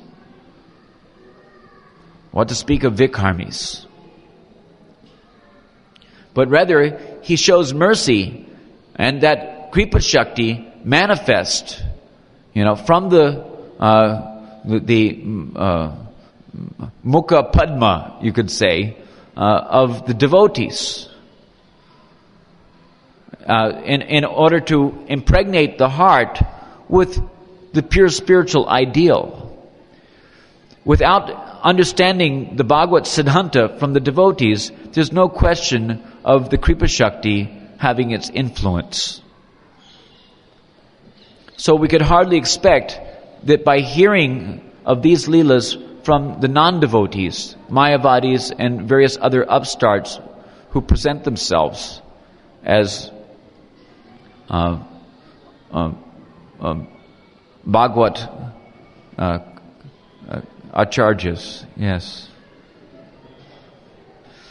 that we could hardly expect that anyone will become attached to the lotus feet of Krishna by such hearing. In his Bhagavatam commentary, let's say,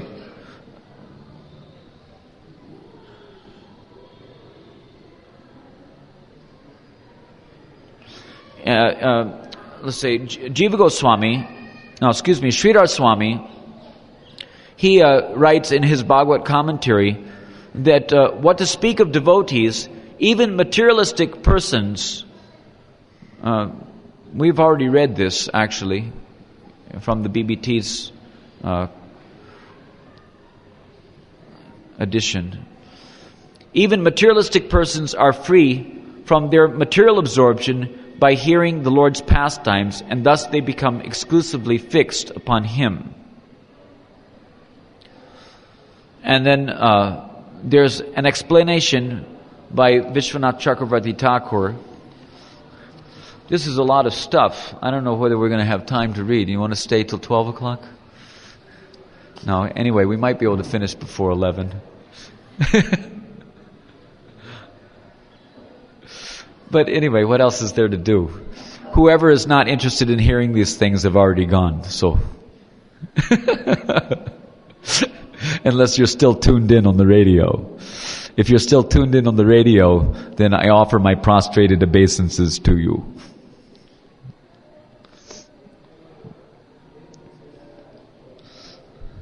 Vishwanath Chakravarti Thakur explains this verse in his Sarata Darshini commentary.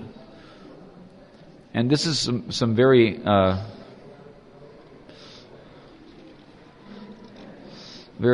interesting.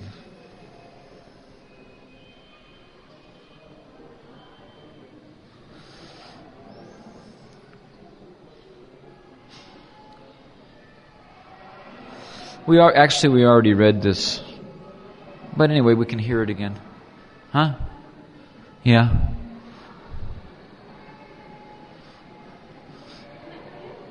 Yeah, just use the microphone. No, you must use the microphone. Why not? Then save your question for later. Because the microphone has its purpose. No, the microphone has its purpose. Anyway. She's a chaste young lady. She doesn't want her voice to be heard by the whole world.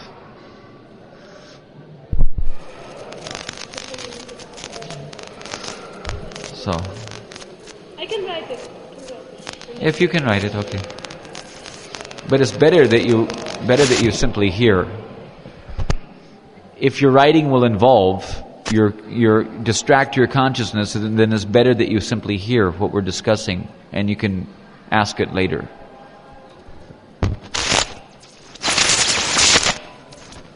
The Lord performs varieties of pastimes to show favor to His devotees. Having adopted the human form of life, living entities who hear these pastimes become exclusively devoted to the Lord.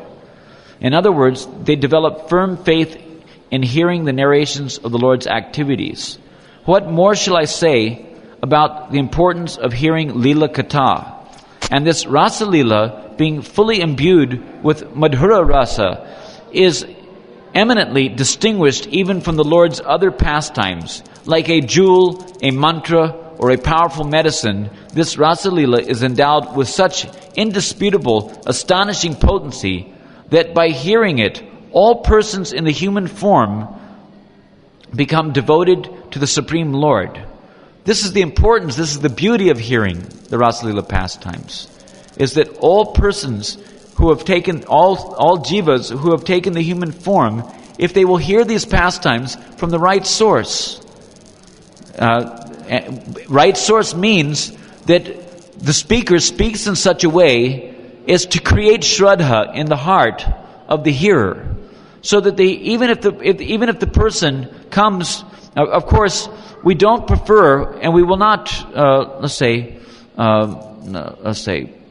purposely reveal these pastimes to atheists and offenders, persons who are defiant or blasphemous of Krishna. But if someone is innocent, simple-hearted, he may be induced to have Shraddha for Krishna and Krishna's pastimes by a proper exposition on the philosophy of Krishna consciousness in the context of the Leela Katha.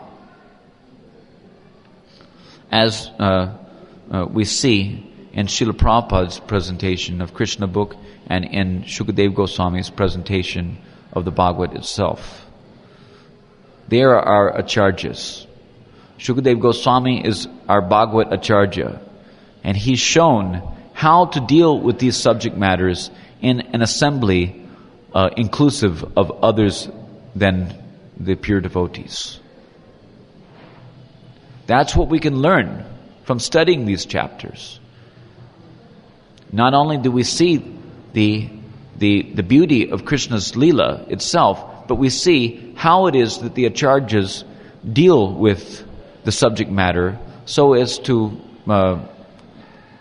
disclose the truth about Krishna and to dissipate any doubts that are coming in the heart of the non-devotees. Therefore, all varieties of devotees who hear the descriptions of these pastimes will become successful and attain supreme pleasure. Can there be any question of doubt in this regard? Vishwanath is saying.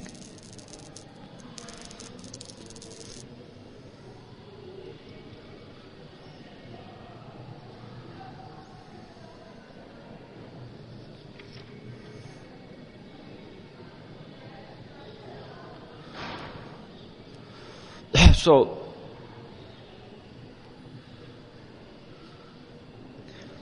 here we will hear an extensive commentary on the 39th verse, which we're presently studying by Jiva Goswami from his Laghu Vaishnav Toshini. Sanatana Goswami presents a commentary called Brihad Vaishnav Toshini, and Jiva Goswami, because he's let's say a junior, he's presenting what he calls his Laghu Vaishnav Toshini. And the whole Sanskrit is presented, but I'm not going to read it, but it's very interesting. Having concluded the narration of the Rasa Leela, Shukadeva Goswami became deeply immersed in spiritual ecstasy. In this verse, he describes the fruits of hearing and chanting the Rasa Leela, and thus benedicts all future listeners and reciters, those who incessantly and faithfully hear Sri Krishna's Rasa Leela with the young wives of Braja, and later recite those pastimes, quickly attains para bhakti toward Bhagavan Sri Krishna, and thus relinquish the heart disease of lust. Shraddhanvita means to hear with firm faith. So, as I pointed out, if the firm faith is not there, then it's the duty of the Bhagavat speaker to invest faith, to create faith in the speaker, so that the speaker will, the hearer will be inclined to hear from authority and to accept the conclusions of the acharyas. If even after speaking so many things, so much philosophy, the hearer is still not inclined to accept the conclusions of the acharyas, then what can be said?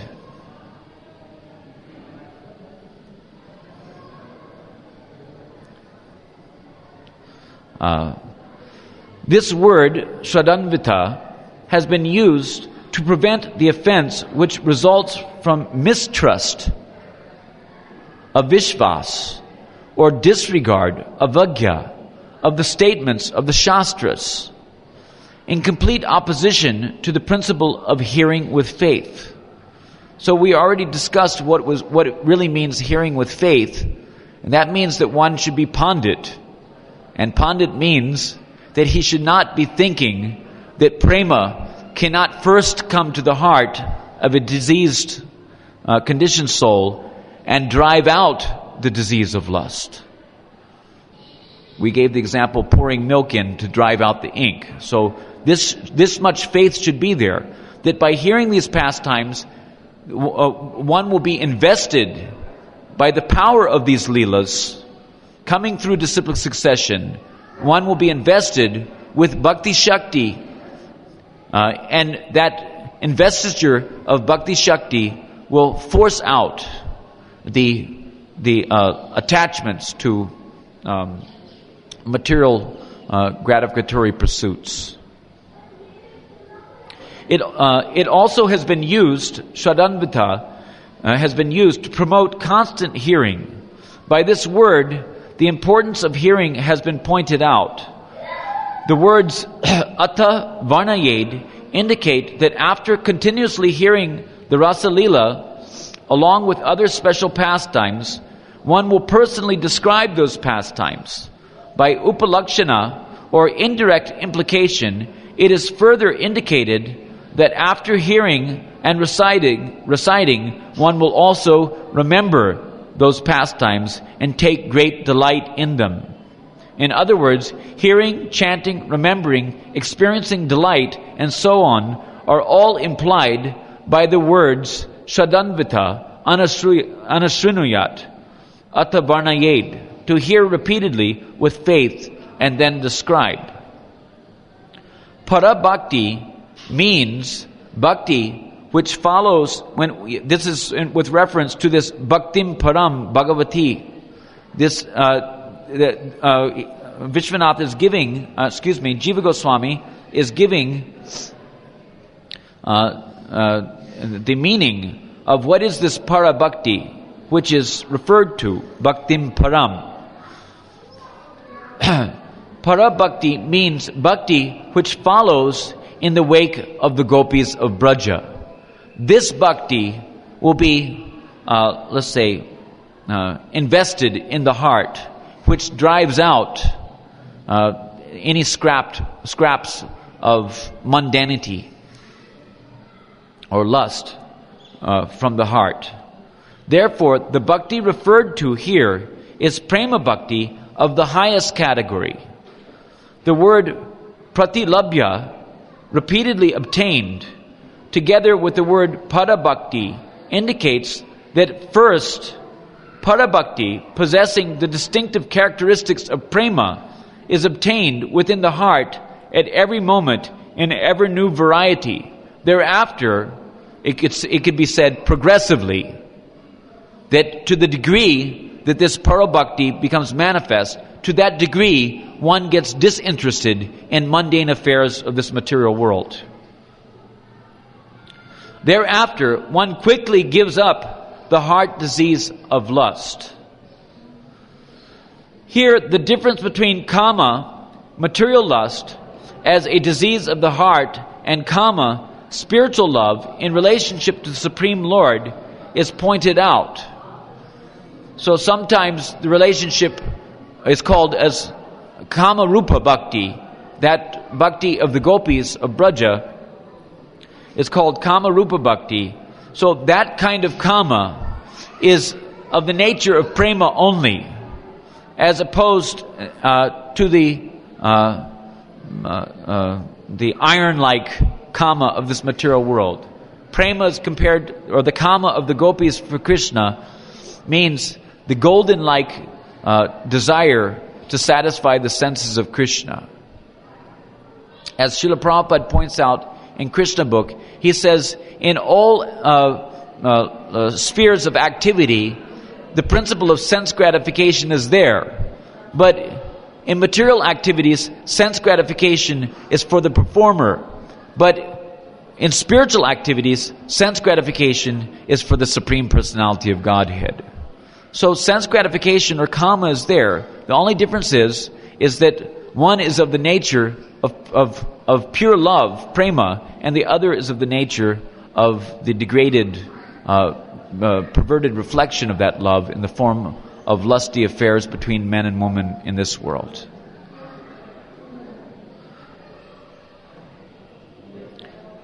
These two, namely kama or material lust and kama spiritual love, these two are distinct from each other.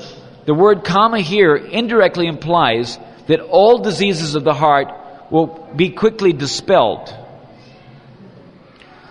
In Bhagavad Gita, it is said, one who is situated in the transcendental position, this is referring to the Brahmabhuta Prasanatma, Nasochiti Nakanshiti, Samak Sarveshu Bhuteshu,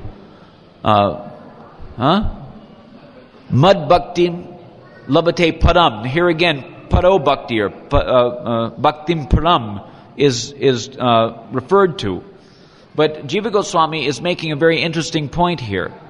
He says that in Bhagavad Gita, it is said that one who is situated in the transcendental position, beyond the contamination of the three modes of material nature, Brahmabhuta, who is fully satisfied in the self, who neither laments nor hankers for anything, and who looks impartially upon all living beings, attains Paro Bhakti to me. So, Jiva Goswami is continuing to say that in this Gita verse, it is said that one attains Parabhakti only after the disappearance of the diseases of the heart. But in the above verse, text 39, in Bhagavatam, Shukadev Goswami is saying something which is very noteworthy in relationship to this discussion on the pastimes of Krishna's Rasalila. He's saying that one attains Parabhakti even before the departure of the diseases, the heart diseases. Consequently, it is understood that hearing and chanting of Rasalila is one of the most powerful forms of sadhana.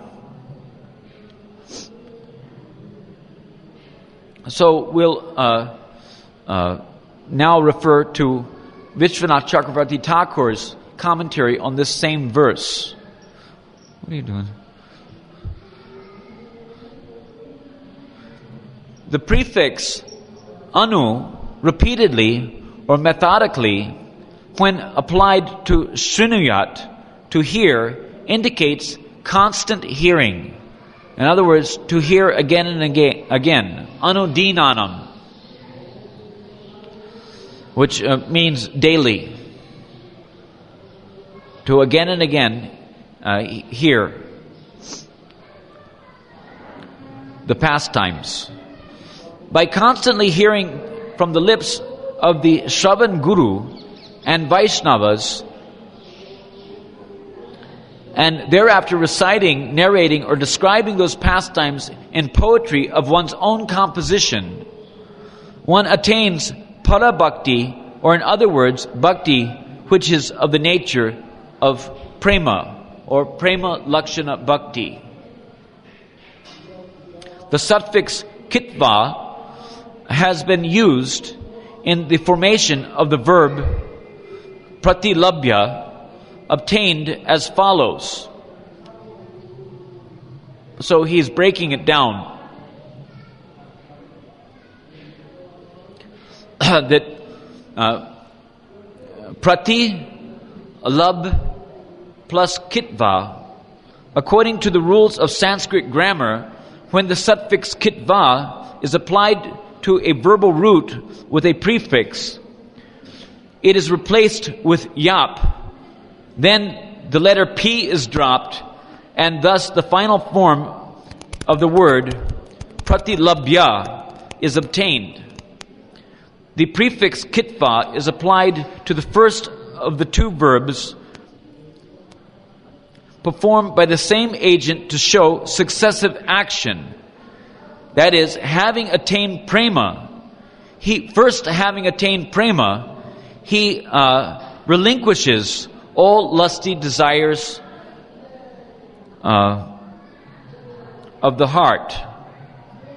In this case, the first action is pratilabhya, the attainment of prema, and the second action is apahinoti, renunciation of the lusty desires of the heart. Therefore, the suffix kitva in the verb pratilabhya indicates that although lust and other evils still remain within the heart, prema bhakti first enters the heart and by its extraordinary influence or power destroys all vices to the root. In other words, hearing and reciting Rasa Lila possesses such astonishing power that the lust in the heart of the faithful sadhaka is destroyed and he attains prema. Through these two, though these two take place simultaneously, the influence of prema manifests first, and through its effect, all lusty desires of the heart are dissipated. Thus, as a result of hearing and chanting the narrations of the Lord's pastimes, one first attains prema for the Lord's lotus feet, and thereafter one's heart is liberated from lusty desires and all other contamination.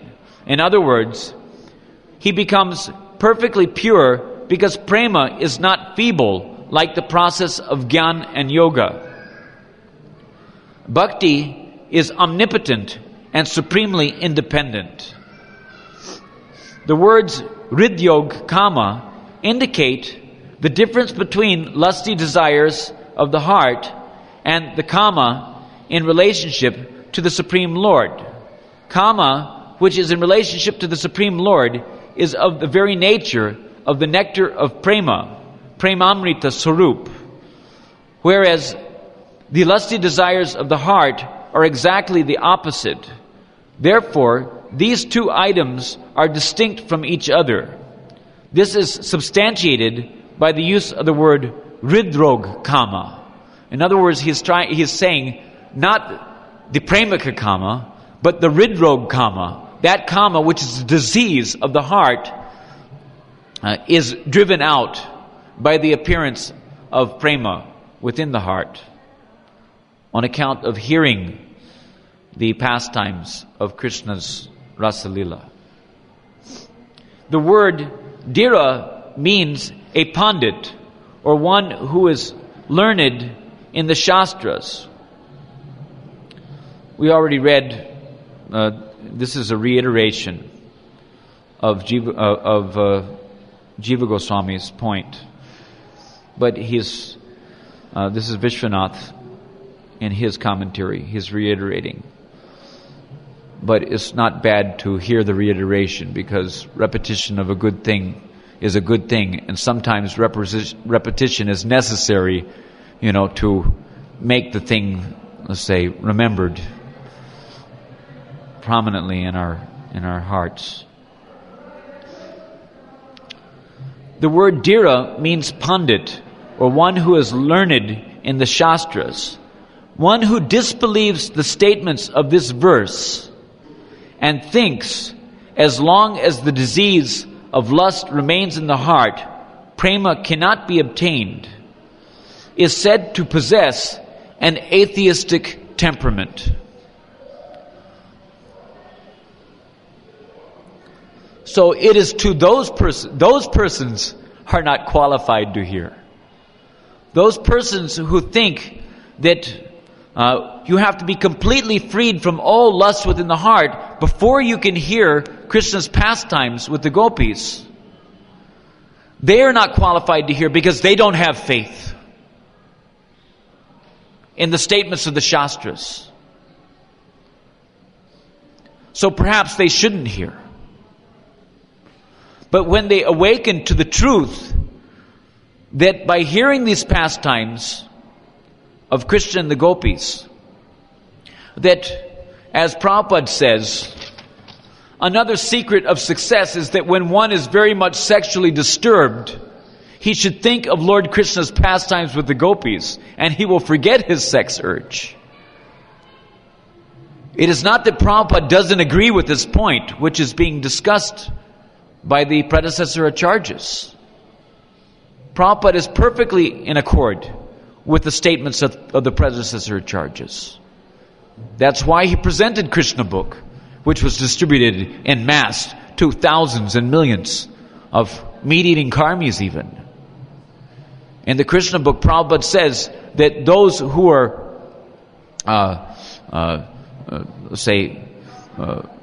what is it called? Pashuha, or killers of animals, animal killers, that they may not be very much attracted. Or Pashu means Dvipadu Pashuha, which refers to the two-legged animals or human beings who are attached to this atheistic temperament.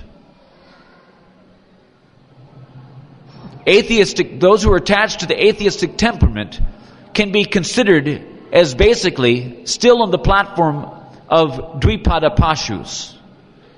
Those who do not have faith in the statements of the Shastras, that by hearing these pastimes, prema will enter and the hridrog will be driven out.